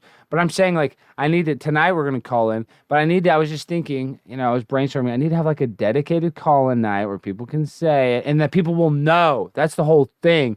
Is if people know, oh, this is the night I'm gonna call in and get on and da da da da da. So I'm going to have to figure out my schedule and make that. That's going to be the new thing. We're going to have that. There's a dedicated night. This is where it's an open phone lines. Because obviously I do that constantly, like, oh, open the phone lines. But I need to have a dedicated, this night of the week, that's going to be that format of that show. And then because, we're going to have multiple shows where it's just interviews, you know what I mean, with other people. But then I want to have a show where there's no interview like that, where it's just y'all. And I want it to be just a show where I can designate, boom, call in. We want as many people as possible. And then when we do interviews, just open the phone lines, whoever wants to call in for those. So we're here at the castle. We got to get a little more organized. I just want to say I'm really, really, really appreciative of all the support from the other night, the $1,400 stream. I don't know if I properly really thanked everybody for that. But I just want to say that was like the greatest night of my life. I mean, literally, not as good as like when I lost my virginity. Probably, I was really thinking like maybe when it was, so good. But I lost my virginity in like, like high school. So, and it wasn't that great of a day. But I'm just trying to think of like accomplishments in my life, and that was one of the biggest accomplishments in my life for sure. Graduating college is a pretty big accomplishment. I talk about that a lot, but that was the energy. I've never had that kind of energy or vibrational energy. It was the best feeling I've ever had. Most like self-congratulatory pat on the back or whatever. That feeling, I've never had that feeling like. And then I woke up the next day on cloud nine like, you know what, Alex? You're a professional broadcaster. This is what you're going to do. This is what you're going to do the rest of your life. You're going to grind on this microphone. You're going to do other stuff. I got to sell cheap cars. I got to freaking make a living. But I can do that to pay the bills and give me the opportunity to do this because I'm not going to stop. I got something special cooking. I'm the king of all conspiracy. I'm Primetime 99 Alex Stein. And a lot of people, it's a hot potato. It's a hot tamale. It's Tamale Tuesday. Ese, okay? So a lot of people aren't going to be able to handle this because they're going to be lactose intolerant. They're going to be 99 intolerant. I get that. A lot of people are. Growing up, when you grind the way I grind, you shine the way I shine, there's going to be a lot of people that are intolerant to my moves, my swag level. That's fine. I'm just going to give you gas and diarrhea. My specialty. Call me Dan Diarrhea. I give you diarrhea, mental diarrhea. Diarrhea of the mouth. I'm giving you mental diarrhea right now. You don't even know what I'm talking about. That's what we're doing. We're talking about mental diarrhea, okay? That's what we're talking about. So this show is right where it needs to be. They used to always say in high school, or middle school, and elementary school, they used to always say, Alex, all the sports coaches, I think they copied it from the next coach up. They used to always say, Alex, you have diarrhea of the mouth. You need to shut up. Guess what? That diarrhea of the mouth got me $1,400. I'm rich. I'm buying a boat. I'm buying 2 boats. I might buy a fleet of boats. I'm buying a fish tank. That's right. I'm buying a dolphin. I'm buying the Miami Dolphins. Well, I can't afford the team, but I can't afford an actual dolphin. $1,400 down payment. Now, my credit's going to get a little screwed up because I'm not going to continue making the payments, but worth it.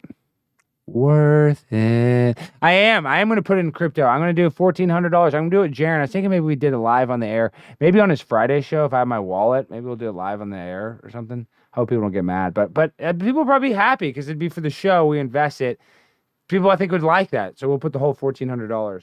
So we'll do a show. I'll do a show with Jaron where we'll do I'll invest the whole $1,400 into crypto. People are saying no. We'll put the whole $1,400 in crypto. He's doing pirate. I'll probably do pirate too. I mean, I guess I have to. Maybe 1,000 to pirate, like 400 Bitcoin or something. I don't know. I mean, I think you have to buy Bitcoin to buy pirate. Obviously, you do. So maybe just keep like $200 in Bitcoin or something like that, and then rest pirate just to just to be old, just to buy some ether or whatever, Ethereum. I don't even know the words. I gotta fucking watch these videos. I'm so stressed out. There's so much anxiety when it comes to, not because I don't want it or need money. No, I need money. I fucking have to do a bunch of bullshit for money. It sucks dick. I want a way to not have to do the shit I have to do. But what I'm saying is, money in general is a pain in the ass, and it's a stressful freaking topic. And you want to get involved. Everybody wants to get in the game, wants to start playing. I want to play. I want to be like that. I want to. But, it's like gambling. A little bit. It's better than gambling. I'm not trying to compare. But it's just saying like that. It's still. I want in on the action, but I don't want the action to take me over. Okay? That's what I don't want. I don't want that action. But I don't think that's going to happen because I don't think I have enough money to invest that could ruin my life. I mean, luckily I ain't rich yet. I'm going to be rich when Primetime 99 really blows up. Y'all are going to come with me. The castle's going to be unstoppable. And then that's when we're really going to expose the New World Order. When I am the king of all conspiracy and our reach is so unstoppable that they can't stop the shine. They can't stop the grind. That's the future. Okay? A lot of people don't know this, but that is the future. You see what I'm saying? Okay. Sorry,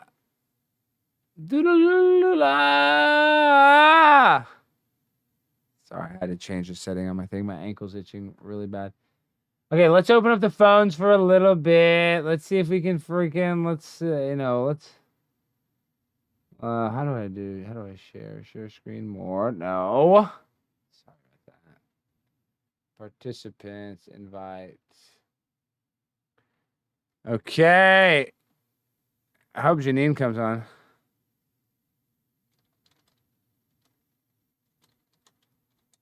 There we go. Here's the Zoom link. So, we're at about an hour and 26 minutes.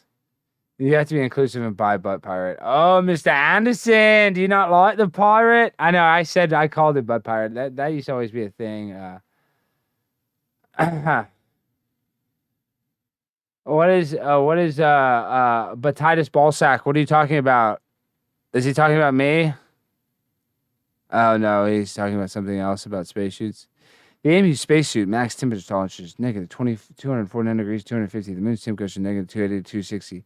That's a fucking fact. They can't say shit. Yeah, I do agree with you. The suits are the biggest freaking I mean, not trying to. Oh, Harmon. Wow, that was quick. Wow, what the heck? Hold on, Harmon. Hold on. I'm going to zoom in here.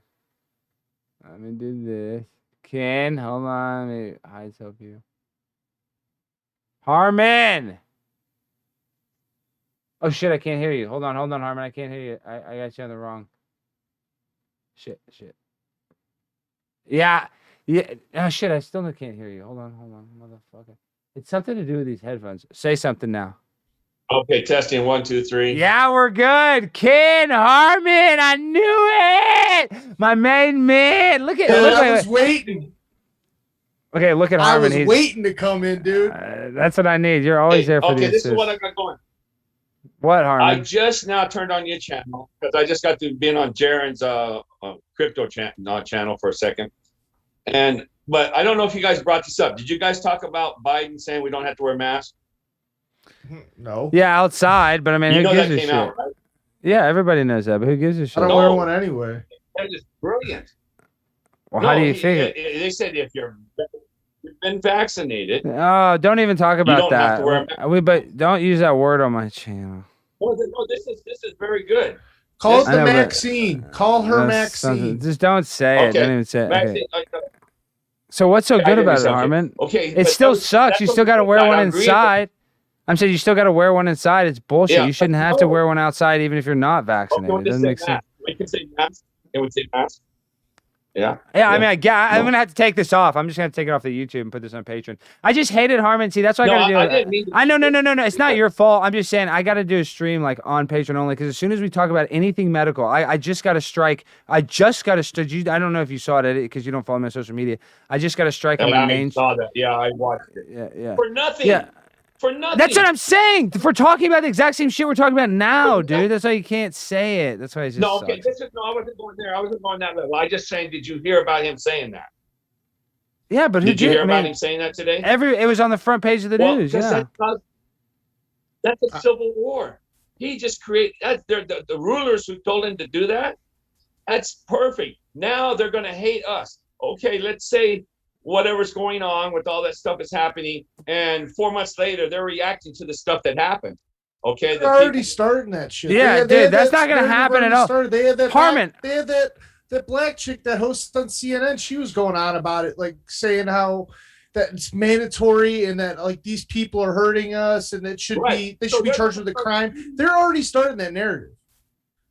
Yeah, but Harmon, they dropped but Yeah. Harmon, listen though, they dropped the mandates here, and people still wear them. Nobody gives a fuck. Like everybody's too stupid. Do you think there's actually gonna be a war? Like everybody that's even awake, I know. I see like people on my, I feel like people don't give a fuck. They're so stupid. They're gonna wear a mask no matter what. Harmon, you really think that people are gonna stop wearing one? I think it's gonna happen. 4 months from now, stuff's gonna kick in. And a lot of people are going to start croaking, and they're going to blame us instead of what really caused it. I don't know about that. And I think I don't like talking about any health stuff on this show.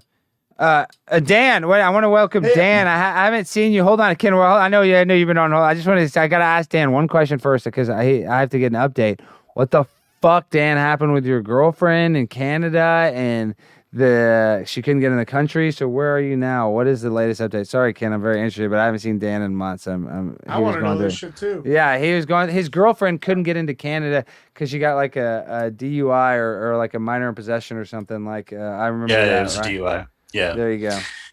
Yeah, it's good to see Alex. Sorry, it's been quite a while. I've been on the road. I actually went down to California for 3 weeks and spent some time down there with my girl. She couldn't get into Canada. We tried. They wouldn't let her in. Wow, what bullshit! So you tried again? Another time you got denied? Yeah. So I went down there, spent some time down there with her. You know, I told you before we kind of went through some crazy stuff and had to do some healing and all that. But it was good. I got down there. Almost didn't leave. I was like, I really don't want to go back to Canada, but I am back in Canada right now. I'm currently selling my house and all my personal belongings, and I'm getting the hell out of Dodge. Going down to Mexico to get on my boat, which I told you should come down. We could do a live stream from the water. So you're finally doing it. You're going to go to Mexico. You're going to Mexico. Yeah. Ken, what do you think about that? Dude, it's awesome. My friend, Amy says WTF. She just did the same thing. She just sold her house. She's doing a camper. She's driving around all over the country with her kids and seeing everything. Yeah. You know what? Yeah. Take your freedom and do what you want with it. Don't let people stick you in a hole and make you become a slave to debt to pay bills. No, it's bullshit. Yeah. So yeah, go see the world, man. Good for you, man, though. Hell yeah, good for you. Get to Mexico, dude. You can buy your way out of any trouble. You get a DUI, you give a guy like $100 and you can just drive drunk. You wouldn't have that same problem as that one girl. What's her name? That girl in New York. You can drive drunk all you want. You would never hit a cop because they would never be in the street doing road traffic. You know what I mean? So it's a pretty good place to be. So I don't know if you've heard what's going on up here in Canada. It's getting pretty crazy. Just as things are opening up in the United States, Canada is locking down big time. They're implementing travel restrictions between cities. So you're not even allowed to get from Vancouver over to Vancouver Island. You can't get on the ferry. If you want to drive from Vancouver to Kelowna, no, it's like a $600 ticket. Like they're getting seriously crazy? Nazi. Like I looked this up, see how many deaths there were the other day? 9. Yeah. In all of Canada? Yeah, in one day. And you know what? Do you know what the truth is? The majority of those are being attributed to overdoses and suicides because people are just losing it. Right? Well, look at Fraser. Look at Fraser County where that doctor did. So anyway, so what happened when my friend lives in Surrey? You know Surrey? That's where I was born. Yes. I'm a Surrey boy. Okay. Well, he was born on the island on Victoria, but he has his membership over there in Richmond, and he can't go through the tunnel. Yeah, I know. And Fraser County, is it Fraser? What is it? It's not Fraser County. Is it called Fraser County? Fraser Valley. Fraser Valley. You can't go the whole valley. There's parts cut up and roadblocks. He says he can't go. I know. It's nuts. It's getting really crazy. That's why I want to get out of here as fast as I can. King of Floors? Yeah. The company King of Floors. Yeah. That's my friend. That's the guy who's 83, and he runs it. And you know Scuffy then. I don't know, man. I barely remember my own name. I've got to wear my. I've got to He wear my doesn't name know on my anybody list. at a flooring company in Canada, Harmon. What the Oh, you're fuck? from Canada? Yeah, do you know Bruce? You know Bruce? Yeah. Oh, I know No, Bruce. Yeah. They're very famous in that area. They're on TV all the time. That's why. Oh, Selling a Ricky? bunch of what do they sell? Selling a bunch of Trailer bullshit. Park No, Boys? it's boring. But it's huge. It's huge in that area. Everybody know. I've run into people in Vegas that say, "Oh, I know. They all know." It's pretty popular in the Vancouver area. Oh, I Dan. remember though. You told me you don't live in Vancouver area anymore, do you? I don't know. No, I live up in Kelowna. Yeah, you Yeah, moved. I got a question for you though. Yeah, Ken, so you were talking about something. what is so what's everybody else's reaction up there? I mean, obviously you're gonna get out, but so what's everybody else thinking? Are they just like, oh, we're gonna ride this out until it's gonna be better, or are people? Yeah, man. I'd say like 85% of the population Hey, watches do you know Melissa? TV, right? You know, Oh yeah, Melissa- no, I totally know Melissa. Yeah. Okay, yeah. But yeah, I'd say most people watch TV and they listen to what the government's telling them to do, and they think that everything's going to be fine, right? Everyone's waiting in line to get their, thing. Yeah. Yeah, it's nuts, man. It's nuts. But you know what? You can. What's the saying? You can lead a horse to water. You can't make them drink, right? Right. So, Yeah. They really live in TV land up there. You have to. CNN's free. You have to order Fox. Yeah, well, That- you don't get that's all how it the should be. NHL games either, though. That's how it Well, should you be. don't get hockey Tucker night in Carlson's a white supremacist. Tucker Carlson's the devil. That's what And they it's all say. crazy. All of them, all the TV. It's just all garbage. You got to turn it off. You gotta put down your phone. You got to go outside, breathe fresh air. You got to, go hug a stranger and make people laugh and smile and tell people to open their eyes and wake up. Like, be a human. Stop being a sheep. I don't know if you saw my latest video, Alex. I'll have to send it to you. It's on my channel, Tech Talks, but it's pretty good. I definitely recommend checking it out. I threw the Rage Against the Machine song as the soundtrack there, Killing in the Name of. Nice. It worked out pretty good. I just freaking, but I just can't believe you're in Canada. Dude, I don't want to be here. I know, but I'm saying Texas, like, you think it's so good, Harmon? Everybody here, I walk in everywhere. I'm like maybe one other person without a mask, and it's usually like some 500-pound Mexican person that doesn't have a mask that fits on their face. That's like literally everybody has a mask. I mean, literally, like, the only people I don't see it are the people that really have a medical condition. I believe their just face is too fat for a mask. That's the way it is here in Arizona. It was.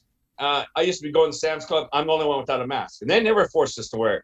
But I didn't even think about Sam's Club is cool like Walmart. Yeah, because Costco's not, but Sam's Club is. So I went in there on Saturday. I would say 30% people are not wearing masks now. Before I wouldn't find anybody. Now it's like huge. Everybody's wearing them in the motherfucking Walmart. I mean, the Walmart I go to, except for, but I don't think the security guard's allowed to now. There's a security guard in there without one, and the old one used to, but this white security guard, I noticed, maybe he's new. He's like, must be a Trump or something. Well, Ken, did you have some shit to say? What the fuck were you saying earlier? Did you have some shit and Harmon shut you down? No, I just wanted to tell you, dude, that ETM You always show shut was him down. freaking awesome, though.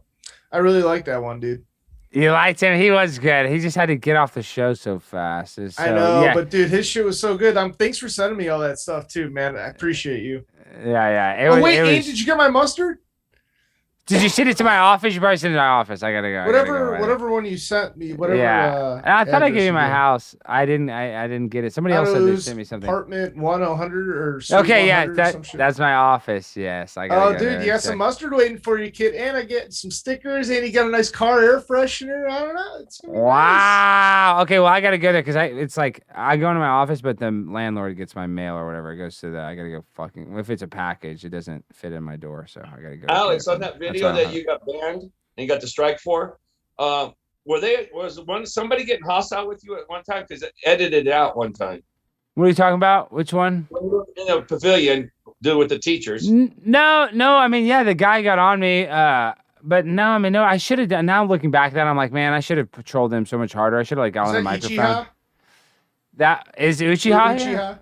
No, was that Uchiha? Is that who he was talking about? No, I think you were talking about. He had to edit it because also I thought he like ran him away. You're talking about to Sam Tripoli, or you're talking about when I just did that teachers protest? When those teachers, when you were there with those teachers in that video you have on your Patreon. Yeah. Right. Yes. And there was a guy that confronted you, Then the next thing, no, it was edited, and you were like 20 feet away when it came back. No, on. there was no cut. That was just me walking away from him. Yeah, there was no cut. I just started to walk away because I was like, "Fuck." He was like me. That guy was pissed. He was the head of the whole thing, and they knew I was a bogey from the start because I got in a fight with the other journalist guy there because they were like, I was the only guy without a mask, so I looked like a fucking freak. You know, I mean, I looked like I was naked. Literally, that's how I would describe it. Well, there's other people. You go on my Twitter. I liked it. Some other like little publications took pictures of me, but I filmed myself. No, I had a fucking tripod. I had my cameras on its charger. I had a Canon. Had this camera. Well, he did a good job. Did you see it, Ken? Oh yeah, dude. I'm saying I film it with this. I put this on a fucking tripod and I control it. It has a Bluetooth remote with my cell phone. Oh, okay. So it's like this on a tripod, and I'm controlling it. Good. All by myself, no motherfuckers with me. God, I thought you had backup or something. Because you know what? That's awesome. You know, you're big and you're intimidating. When you get like 8, 9 people at you, it's kind of like, wow, you're overwhelming. I was totally by myself. I'm not trying to brag, Harmon.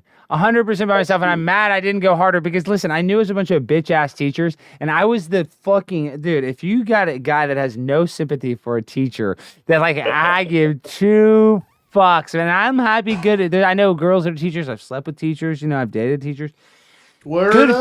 I'm just saying, good for you. But if you think I give 2 fucks, every teacher that put me in fucking Saturday school or suspension or kicked me out or the principal's office or even less. No, let me finish this one thing. Even worse than a fucking teacher, the only person worse than a teacher is a school administrator. Any school fucking administrator, if you are a principal or if you are a fucking assistant principal, you are a cocksucker. Yes, they are a warden. All your job is to suspend kids, fuck their life up, make sure they don't graduate, whatever the fuck. So if you are an administration person, take a fucking chill pill and fucking relax. Okay, sorry, go ahead, Ken. No, love it. No, love the rant. Love the rant. I was going to say, so any of those teachers you dated or bang, are they not like the dumbest people you've ever met too? Dude, the one teacher that I went out with she was like a ditzy blonde. I mean, she's probably book smart. Like she graduated from A&M, a good college that I couldn't get into. But yeah, she memorized well. That's what I'm saying. She memorized well. This is a girl that wouldn't know her cars always broke down. I couldn't date her because she was such a pain in the ass. Oh, I gotta put gas in the car. Oh my god! Like I changed or I lose my phone all the time. Like not me. Like she would always like lose her phone. She'd be like, "Oh, I lost my phone." Like and I heard we're never officially dating, but like I'm saying she was an airhead. She would like actually lose it. I'd be like, "Did she lose her phone?" Or she like trying to ignore me? But like she would actually lose her phone, and she'd always. It's funny, and I liked her. She was nice. She'd always do this weird thing. She'd like bring this bag of clothes all the time. Oh, it was just weird. It's like every time she came over, she brought a bag, that's normal. But her bag was she ready to go? She's like, that's what I'm saying. Her bag was like bigger. Well, I've had girls I know that know they're gonna sleep over bring something, but she would bring like a suitcase bag, and she'd be like, "Do you mind carrying it up the stairs?" And I'd like carry her back. Like she's coming over for the night to have some. I don't drink. Weirdos. Oh my! I bring them to my house. I come to my house, these hoes. I bring them here with the cats. I'm fucked. I'm out here scrubbing litter boxes, vacuuming, fucking perfuming this house up so it doesn't smell like cat shit. And then I'm 69ing girls on my couch, dude. It's disgusting. It's fucking disgusting. Is not the things I've done. And dude, I'll tell you, the other day, I was even thinking about it. People was talking about, I slept with this slump buster girl that was not bad. But she just, and this people say, "Oh, Alex, you're terrible. You're terrible." Trust me, I did this girl a favor. I did her an assist. She patted me on the back. She said, what? That's the attitude most women have. They should be thankful. And she was thankful. She was thankful, and it was great. And I'm just saying, but I felt so rotten after. I was like, I felt disgusting. I wanted to take 10 showers, and she wasn't that bad. I'm just saying, it was like, now I'm all stressed. Oh, do I got to go get an STD test? No, I got to go do this. No, I got to do this. It's just, I mean, it's all, I do enjoy getting laid, but it's like, man, it's so fucking annoying at the same time. Life is not easy. It is not easy. It is a lot of trial and tribulation. But when you sleep with a slump buster, you get 3 minutes of fun, few days of headaches, you don't want to get a bump on your wiener. It's a lot of risk for 3 minutes. And the guy I'm in the guy in the chat, 16 truck says teachers are NPCs cuts. Yeah, well, Yeah, you're pretty much spot on there, bud. actually, guys, I was just thinking, I'm actually gonna go into teaching. I'm gonna start teaching I'm gonna teach history, Truth. and I'm gonna teach Tartaria legally. They're gonna think I'm teaching regular history, but really, it's just gonna be Tartaria Wait, slides what's your the whole degree? entire. My general studies, so I got a minor and I got so 3 you minors. Technically, Yeah, you could. perfect. They're gonna be like, oh yeah, U.S. history. Yeah, look at this Tartaria, motherfucker. I'm dropping the bomb, YouTube.com, bitch. We about You to could be a learn some substitute right now, right? You could be a Yeah, but substitute I'm not right gonna now. go substitute, dude. I'm the fucking principal. If I go to a school, Harmon, I'm not gonna fucking go be a math teacher. I'm gonna walk in there. I'm gonna start off as the motherfucking lunch lady, and guess what? I will serve the best square pizza any motherfucking orphan has ever eaten, and they will say, "Oh my god, this is the best lunch lady ever," and I'm gonna say, "I'm a lunch man, motherfucker. Make me the vice principal," and they're gonna say, "Holy shit, we've never then you hired." transition, and That's what I'm then saying. you become, That's it. and then you But this is become what they principal, say. and then you go big time. Oh man. Well, they're gonna say we need a female, and I'm gonna say, well, you motherfucking got one, and then I'm gonna cut off my dick, and then they're gonna Oh put me my to God. principal. Yeah, so I'm gonna cut off my dick, Alexa Stein. and I'm gonna be the principal of the motherfucking school, and then I'm still gonna make the pizzas, and they're gonna make a Netflix movie about me calling "Cutting Off the Principal," and it's gonna be like just this really fucking Off the really P. feel good. It's Rachel's gonna be gonna really. be involved. Rachel's going to be a screenwriter. I mean, she's going to be a set coordinator. I mean, she's going to be involved heavily, like as involved as she could possibly be with her tough work schedule working for the government and putting her life on the line. But yeah, I mean, I'm going to cut my dick off to become to become principal of, a middle school. I think that is good for the kids, good for It's me. honorable. It's honorable. What's It's that- what's that virtuous. lady in the government name that's the transgender lady. Rachel Levine. Yeah, you should have her come down and be a guest speaker. Rachel Levine is my wife. Okay, I'm married to Rachel Levine. Dude, have And you Rachel, emailed we're her trying to yet? have. No, I know. I mean, we're trying to have a baby, and it's been really difficult. And we're going to a Because fertility you cut off the expert. P. I mean, you kind of That's need what I'm that just to saying. make the It's baby, just, right? it's just hard. It's just so hard, and I'm understanding because I love her, and that's the problem. Is like, am I too understanding? Am I too understanding? So it's just, So it's it's a true story. Beauty's only skin deep. is That's that just true? something Though? ugly people say. Yeah, I mean, Yeah, is that so- well? What You're- is? Well, what is beauty? Because you see like Look a at real. me. That's what it is. Look I at you. agree. That's Handsome what young it man. is. No, but I'm trying to say, like, what is it? Like dissecting. You know what they say it is? It's if you're asymmetrical. That's what we like. Like when we look at somebody, like, what do we find attractive? It's literally if a person's face is. That's what they say is like the number one indicating factor is the symmetry of a person's face or how asymmetrical it is. And that's just weird to think about, like. Because you do see that. You see some big heifers with beautiful faces. You see some, girls without beautiful faces, and that does matter. But 100%. what I'm trying to say is weird our carnal instincts that makes Harmon the most beautiful man I've ever seen. Like, how is Harmon more beautiful than Brad Pitt? I don't know how. That's an answer. That's a question I'd like answered. That's how you know there's a God. That's how I someone know. had to make that. Someone had to make Brad Pitt, and then they made Brad Pitt 1.0, and his name is Harmon. That's who it is. They're the original Brad. Ken, What look did you at say? Ken. Ken's the- Wait, Ken's the real quick. model. I know Ken's got the guns out. He's got the fucking sleeve. Dude, He's it got was the 80 Rogan sleeve. degrees today in Cleveland. I got some disc golf in. It was fantastic, dude. Did you walk by? Was it you that went by the Masonic Temple today as well? No, that was Shane. I was frolfing, dog. That was nice. Okay, hey Harmon. So I watched a little bit of the crypto show. I got to buy a bunch of pirate. I'm gonna spend. Did you hear what I said? I'm gonna spend that $1,400 all on crypto. On Pirate? Yeah, That I'm was gonna awesome. I'm gonna have to do it on the show though, because I don't make Jaren and them. I gotta participate because they're already like doing a new show without me. They don't like that I'm not the crypto king. No, No, it's it's fine. good. Do it This- on the show no. and walk your I'm way gonna do it through on the so show. that everyone can see, how to do it themselves, and everybody should be at least getting into it so that they understand how to use it. Right? It is going to be the future, whichever But let me way show- it ends up going.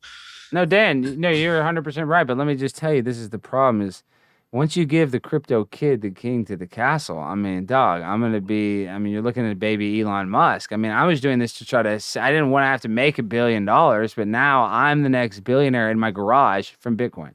It's gonna be Garage Coin. I'm starting it now, and it's gonna be the coin that starts out. What do you think about that, Ken? The 12 of the biggest companies in the world were all started from the garage. What kind of psyop lie is that? You know what it sounds like? You know what it sounds like? It sounds like a nice movie or a nice story. It sounds like it's written. It sounds like it's made the fuck up, dude. Like, it's perfect. Yeah, but think we used to believe it, hook, line, and sinker. Yeah, dude, they still make movies about it. They made a Facebook fucking movie. Like, he just randomly someday, like, oh, you know, it'd be a good idea. Click, click, click, click, click. I hate Facebook. Or was it exactly what the FBI already had going? Yeah, and the Winklevoss twins. Oh. He stole it from the Winklevoss twins anyway. I mean, or whatever. If well, that's the story. That's the story. Yeah, that's you know what I mean. I'm just saying, even the story they tell us, like he technically stole it from those two guys. So you're like, what the fuck? But and you know what's funny too on that list? You didn't show it. Didn't show Alphabet. It showed Google. Alphabet is the main company. That's the big dick that swings in that place. So it's not Google, and they show Google on that list and how much money they have. How much do you think Alphabet fucking has? Who's Alphabet? That's the company that owns Google. Oh, I did not know that. That's the parent company. Yeah, I used to think I was smart when I learned Steve Jobs did in 1978 did the garage thing, and I used to tell people that story all the time. I believed it, you know. It was on TV. It's a good story. I mean, I get it. But every company maybe they just want to keep everyone at home, right? Stay in your garage, guys. Don't go out and build an empire. You can make $1 billion if you just stay in your garage. Well, they definitely want you going to college so they can pump whatever dumbass shit down your throat the whole time, which is what happens. Climate change. Yeah, climate change. How hard did they push climate change when you were in school? Because you went to you took a bunch of high level classes, like in your undergrad or your basic like general requirements. You remember them? Well, so that's like I went to OU, and that's like the most liberal like school in our state. Ohio University is. That. Yeah, that's like the biggest party school in the world, right? It was at one point when I was there. It was number one, but that's just happenstance. But no, but it's like way super liberal now. It's really weird. So it's in Akron. Where's University of Ohio? Where is it? What's that? Where is it? Athens. It's Athens. Like right Akron. It's like Marietta, Ohio, right on the West Virginia border. But yeah, dude, it's like they're probably pumping hardcore climate change down there. I know that. I mean, when you talk garage, I guess before I forget, it reminds me. I was traumatized when I came back from vacation. I'll tell you my cat story in the garage. It's a sad cat story. Well, my dad fishes, and he has fish with big 60-pound catfish and stuff like that. So he got a big old hook on his rod, and he puts it up on the corner and in the garage rafters and sits right there. Well, we went on vacation to Texas, where he was born. Then we come back 2 weeks later. We go in there, and this cat had got on that hook. It was dead, of course. Can you imagine that cat getting hooked on that hook with his mouth, trying to eat it, and how long it hung there dying? Why would you tell me that, dude? Yeah, why, dude? I thought we were having fun. And you're like, we're all laughing, giggling. You're like, dude, I got a great story. You want to kill the mood? So how about this? I'll Harmon, switch lanes what here. is going on? Harmon, I know, I don't even want to switch lanes. I'm just saying, Harmon, I love cats. I love cats so much. And you had to tell me about a story how you got trauma-based mind control when you came home from a 2-week vacation and you saw $10, Nikki C. Thank you, Nikki C. No. Let me finish what I'm saying. No. Shut up, please. Shut up. You talk about louche vibration stealing. I was in a good mood. We were having a good chat. And now what I had to do is I had to formulate in my mind, in my thought bubble, like they have in the cartoons, and you see that thought bubble, you're like, what's in that bubble? I had to paint a picture of a cat with a fish hook through its mouth, dangling there, dead, and thinking about its poor, just sadness in its eyes right before it took its last breath, thinking like, I was just trying to eat. I was just a hungry cat. And then I got this dumbass kid, Harmon, coming in here just laughing. It's so funny.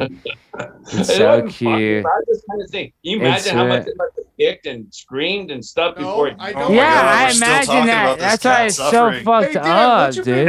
Who's your NHL team, dude? I'm an Oilers guy. Who are you like? I just want to change topics, dude. I just can't. Let's go back to cutting off the said that. Dude, Yeah, I I'm can't. okay I with can't cutting off the believe he pee. talked about a cat dying. This stream, Harmon. You're 2 for 2. You came on. You talked about the vax, and then you got. Are you okay tonight? Is something wrong? Did I do something to piss you off? No, I think you're the greatest host there is. Okay, I know. Well, You are. you might And think I I'm love too. You watching might your think I'm videos too today great. about your highlights of your $1,400 day. I watched it 3 times. You were amazing. Yeah, okay, that's being nice, but that pissed me off because I had the limiter on my mic. I watched it. I had to, I watched it obviously, but I'm saying like every time it goes, the mic clips out. I was like, Yeah, we just give couldn't me. hear you. I know. I was so annoyed, but now I have no limiter, so I can go, and it shouldn't clip out. It might have clipped out a little, but No, it it should. did. It came through. But that Yeah, was it a came great through. video clip you did. That was awesome. Well, we got more crazy shit coming in the future. Okay, Brian, what are you down there so quiet for? You've been on hold for a while, Brian, with your Trump thing. He got all of my friends arrested in jail for 40 years. I'm kind of mad at Trump right now. I'm sick of him. I just wanted to hop in and say like Bitcoin is real good technology and it's going to be worth a lot more in the future, but everything operates in cycles and Bitcoin operates in a 4-year cycle, and it's probably a lot better of an idea to buy in after the crash than to buy in at the top of this cycle, because it's going to take a long time. I've heard the same thing, Brian, but I've been in crypto, well, not since it began, but 2013 is when I started mining it. And it definitely is a 4-year cycle, but I think the cycle has been broken at this point. And we're coming real close to the point where I think the crypto market is going to decouple itself from the stock market. And whether it's going to be, facilitated by a crash in real estate, because there's a huge real estate bubble. You can see it in, everywhere, like Europe, Canada, especially, it's out of control, and the stock market all-time high. Mm-hmm. Something is going to snap here. And when people realize just how fragile the entire financial system is and how worthless money is going to become, you're going to see everybody flock into crypto. And I think that's when we're going to see, especially these privacy coins, they're going to fly off. Like right now, people are, looking at pirate coin. What, it was 30 cents like 3 weeks ago, and it hit $16. Like, that's insane. But it's going to go way higher. Monero is probably going to be in the thousands when, dude, when the dust settles. Let me just cut you off one thing, Dan. We know it's going to go higher because all these companies are now going to say they're going to be able to use, like the Mavericks using Doge. I mean, it's just obviously when more retail companies, that's going to be the people that decide it, that's going to make it boom, is when people decide to actually use it as a currency like the Mavericks are doing. So when you look at PayPal, and now I think it's not Bear Stearns, they went out of business, but what's the biggest investment firm? Like Vanguard, now they're creating their own, or maybe it's JP Morgan Chase, for investors are creating their own. Yeah, maybe it's BlackRock, but they're creating their own crypto investment. So now customers, these like Keystone accounts, are getting into crypto. So that's just whether the bubble bursts a little bit, it's going to come back. I mean, it's going to dip. It's for sure going to take dips and hits. We just saw a little dip, and they're you can tell when they put the stuff in the news and they try to say, oh, it's going to crash, it's going to come down hard, and it just keeps roaring back. And I think we're going to continue to see that until it starts getting up so high that people cannot ignore it anymore. Like, right, it's still in its infancy right now. Once it gets fully adopted, we're going to see Ethereum probably go higher than Bitcoin's value, because it has so much more use in real world applications for things like stock markets, for things like payroll. All of that stuff can be facilitated with the Ethereum and all the tokens. So Bitcoin's going to be around, but we're going to see some big changes happening soon. Well, I'm spending $1,400 on it. Go ahead. Oh man, what? How did you get the gas prices down? What do you mean? And what about the gas prices? They're only going to go up. No, that means how much it costs to do the transactions on Ethereum is ridiculous. Why is that? Is it like $50 or something like that? What is it? I've seen them up to 120. Just to buy it? That's just a transaction fee? With it as an exchange.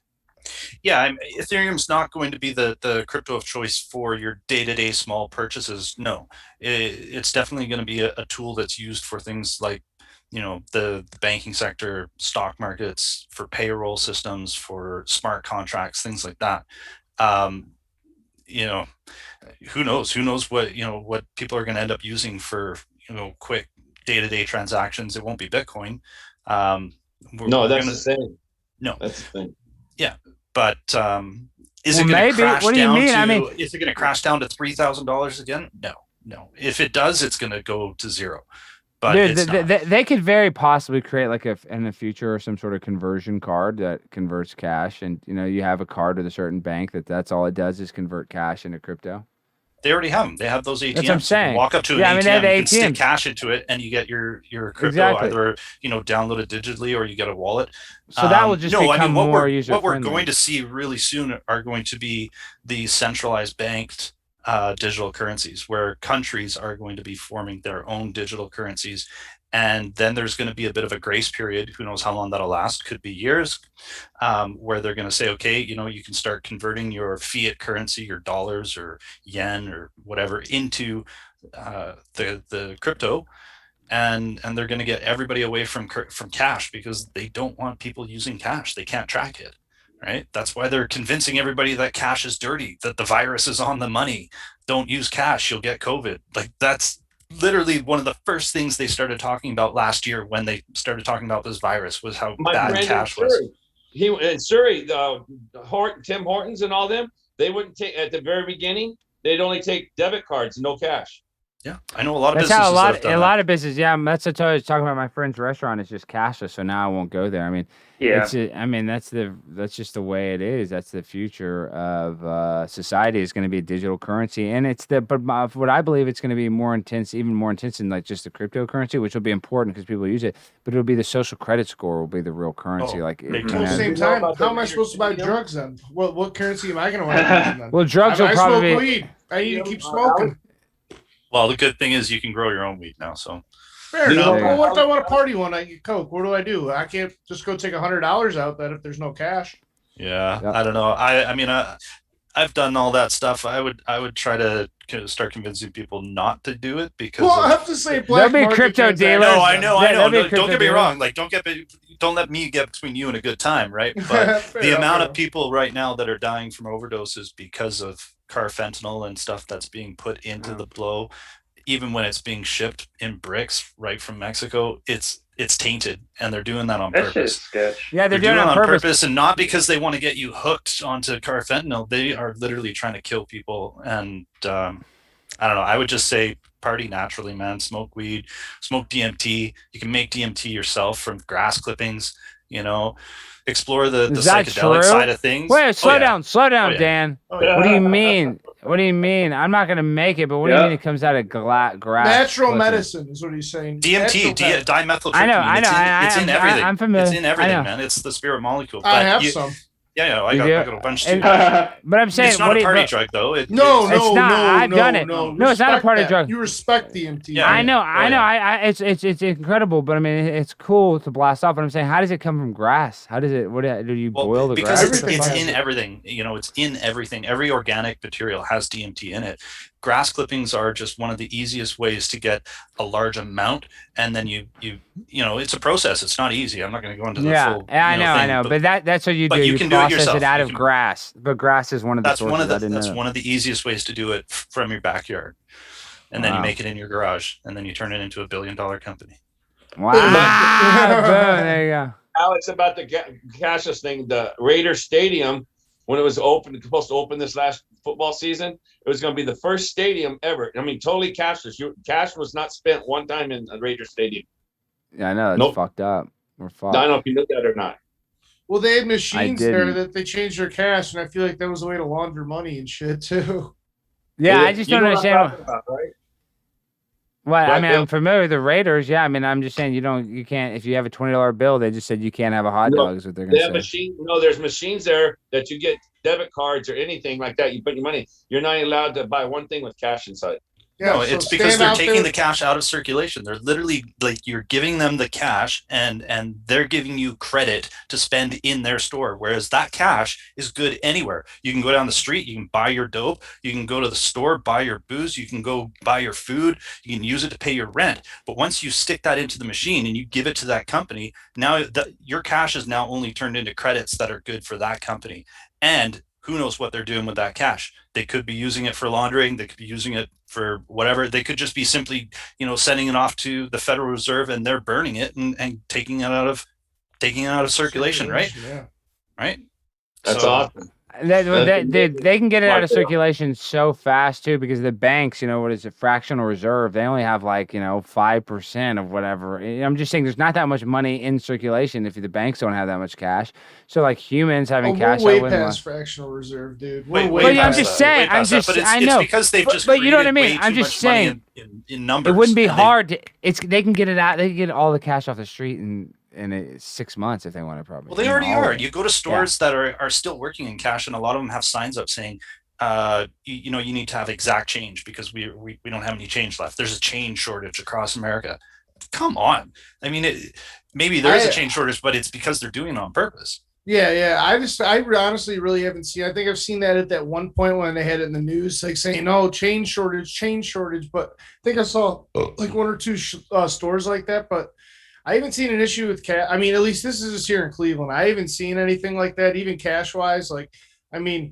I still go to the bar. I don't work there anymore, but even when I did, I still got cash tips all the time, and it was no big deal. So I don't know, maybe it's just the regional thing, because I know here, I think Midwest for the most part, outside of Chicago, I was going to say the middle America, you're going to see cash. Cash is king. But when you're getting into the bigger cities out on the fringes, the blue states and whatnot, that's where they're convincing everybody to, I don't know, stop having kids, Yeah, they said that. No, they just said, here, Dan, hold on. And this is what they said. They said that if you have a kid, it's bad for the climate in a new article that came out today. Yeah. They're convincing everybody to stop having kids because they say that people are destroying the world. And it's not people, it's them that are destroying us.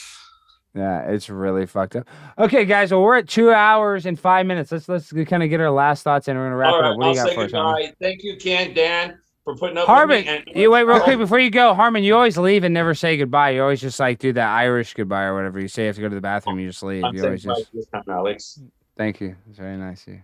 Thank you for coming on, Harmon. I can't believe you said that cat story, though, dude. You've ruined my whole night. You see the chat? The chat loved it. Spicy Sarah really loved my story. Nobody liked that story, dude. Says, read the chat later. You'll see how much. I will never read that. I'm going to delete this video. The stream will never be. The stream will be deleted. The stream is going in the digital trash can. I hope you sleep great, Harmon. You need to go put your head on a pillow and close your eyes and just think of the rest. poor cat going to sleep.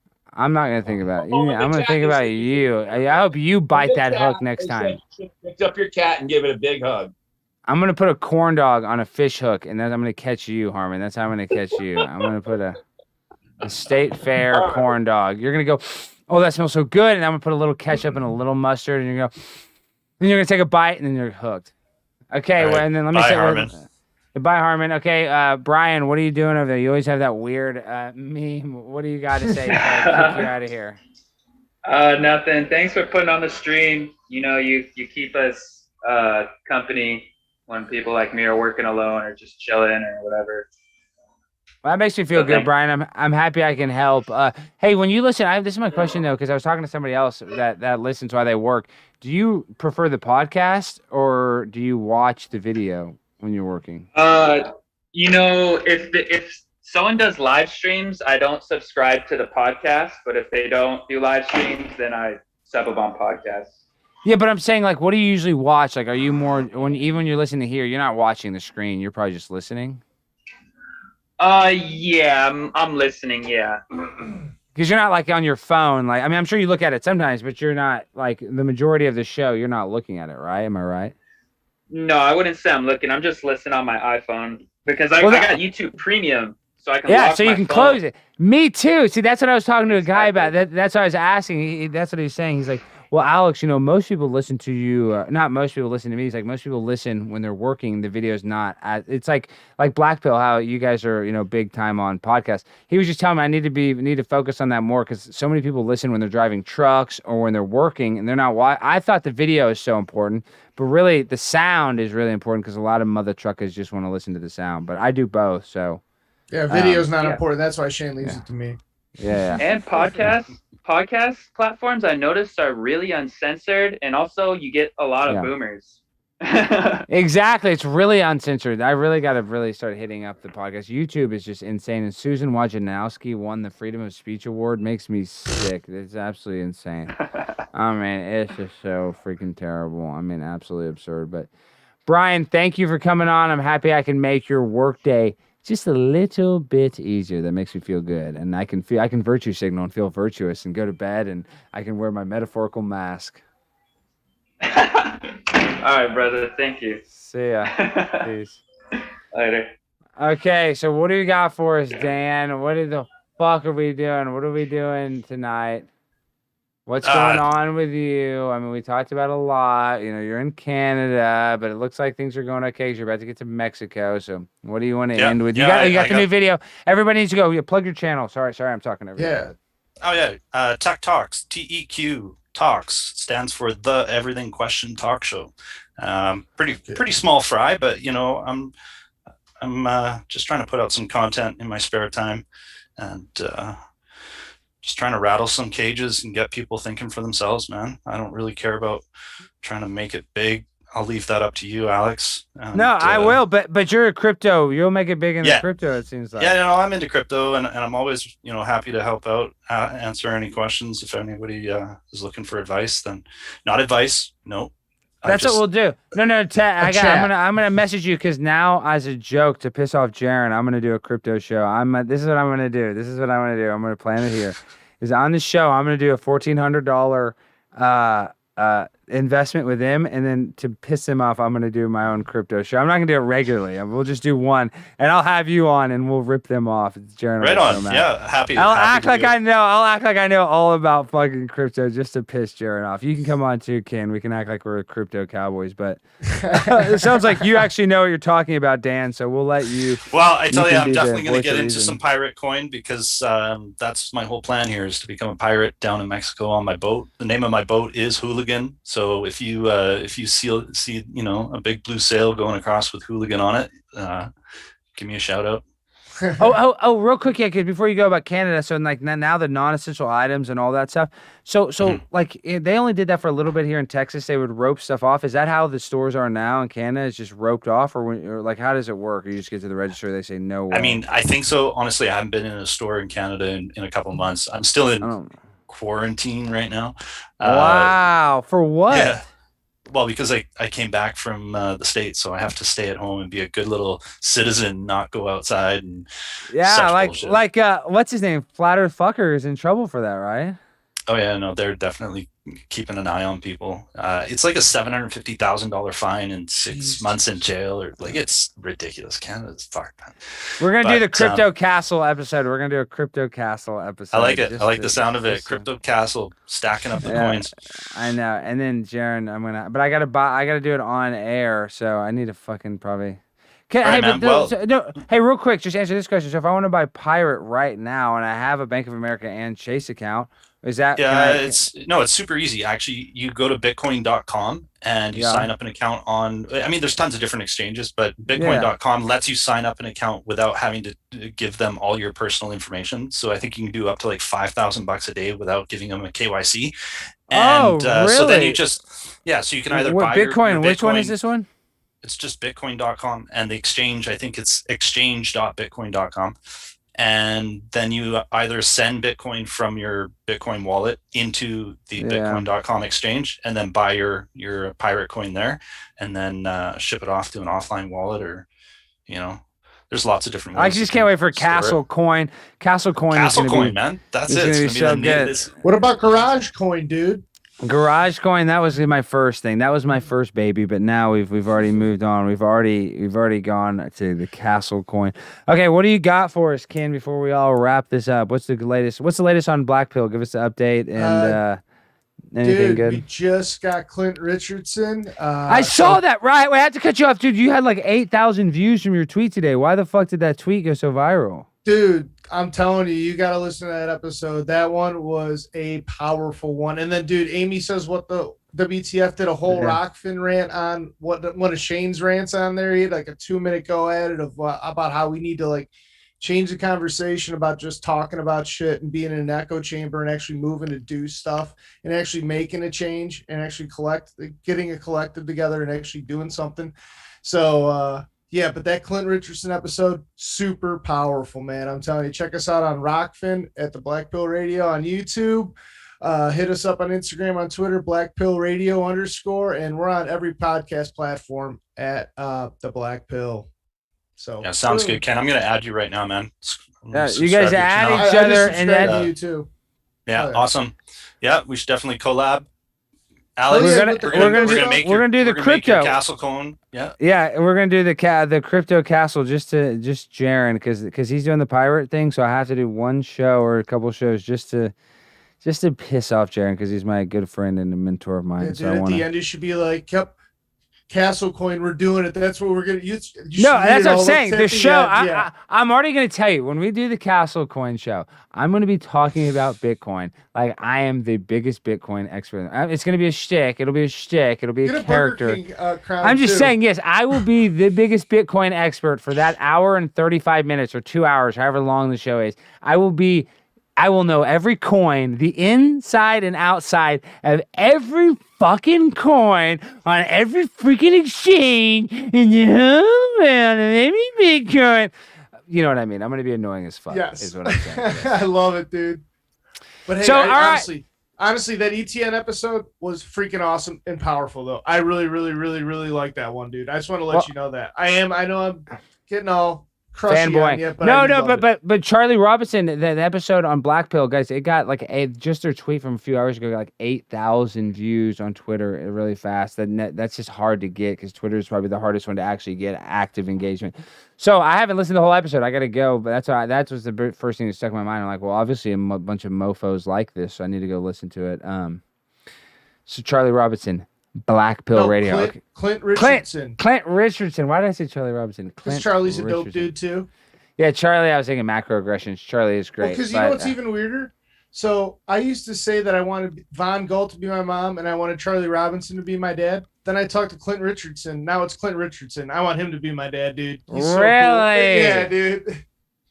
Is that I want? Let's see. Who is like? This is the guy who I'm trying to think of. What is his name? Oh, I want to say who I want my dad to be. And I'm thinking of who is the guy who was in your town in Cleveland? What's the guy's name? The guy that had the people in the dungeon in Cleveland. What's that guy's name? Ariel Castro. Yes, Eric. Okay. Dungeon in Cleveland. That's who I want. I couldn't think. I want to be that guy. What's his name? Dungeon Dad in Cleveland. What is his name? Ariel Castro. No, it's something. Man, what was that? What was that guy's name? You're something right. It's is that what it is? Ariel Castro, Dad. Yeah, I think locked in house. I'm just trying to find that article so I can show people what we're talking. This is my favorite. Ariel Castro. Yes, this is it. Ariel Castro. This guy is. That's like close to like where I lived at the time too. Shut the fuck up! Okay, guys, listen to this. Okay, this guy Ariel Castro had abducted these girls, and they lived in his basement. Exclusive pictures inside the Cleveland kidnap house. Son of abductor reveals how father padlocked doors to basement, attic, and garage because we weren't allowed to go there. So this is the dad I was trying to think about when I was trying to say I wish this guy was my dad. For people that don't know, this guy Ariel Castro had got these girls pregnant and lived. And this is probably a psyop, but fuck, I believe this. What do you think about it, Ken? I know it is because that whole neighborhood where he was at, like, so I lived on 93rd. I think he was on like 76 or something like that. And like all that whole area, like if you look at like the sexual what it was on the registry. Yeah, whole area predators around there. There's a shit. They're like all over. Oh, yuck! We got that in my old apartment. We used to get the people that moved in. Like it'd be once a year. You'd see like, oh, what the fuck? Some guys in this vicinity. So that neighborhood had a bunch of those chomos. Like where Castro was. Yeah. And that was like I said. I was on 93rd. That was like 76. So it wasn't. It was not far. Wow, that was like in your neighborhood, dude. What the fuck, dude? Those Cleveland dogs, man. What the hell? I guarantee you he was feeding those girls hot dogs. Guarantee you, because hot dogs are so cheap that 100% the food he was giving them was the crappiest food. Hot dogs were 100% on his grocery list. He gave them cold hot dogs for probably their number. That's what they everything's. I gave him the off-brand SpaghettiOs, not even the real ones. Dude, it is.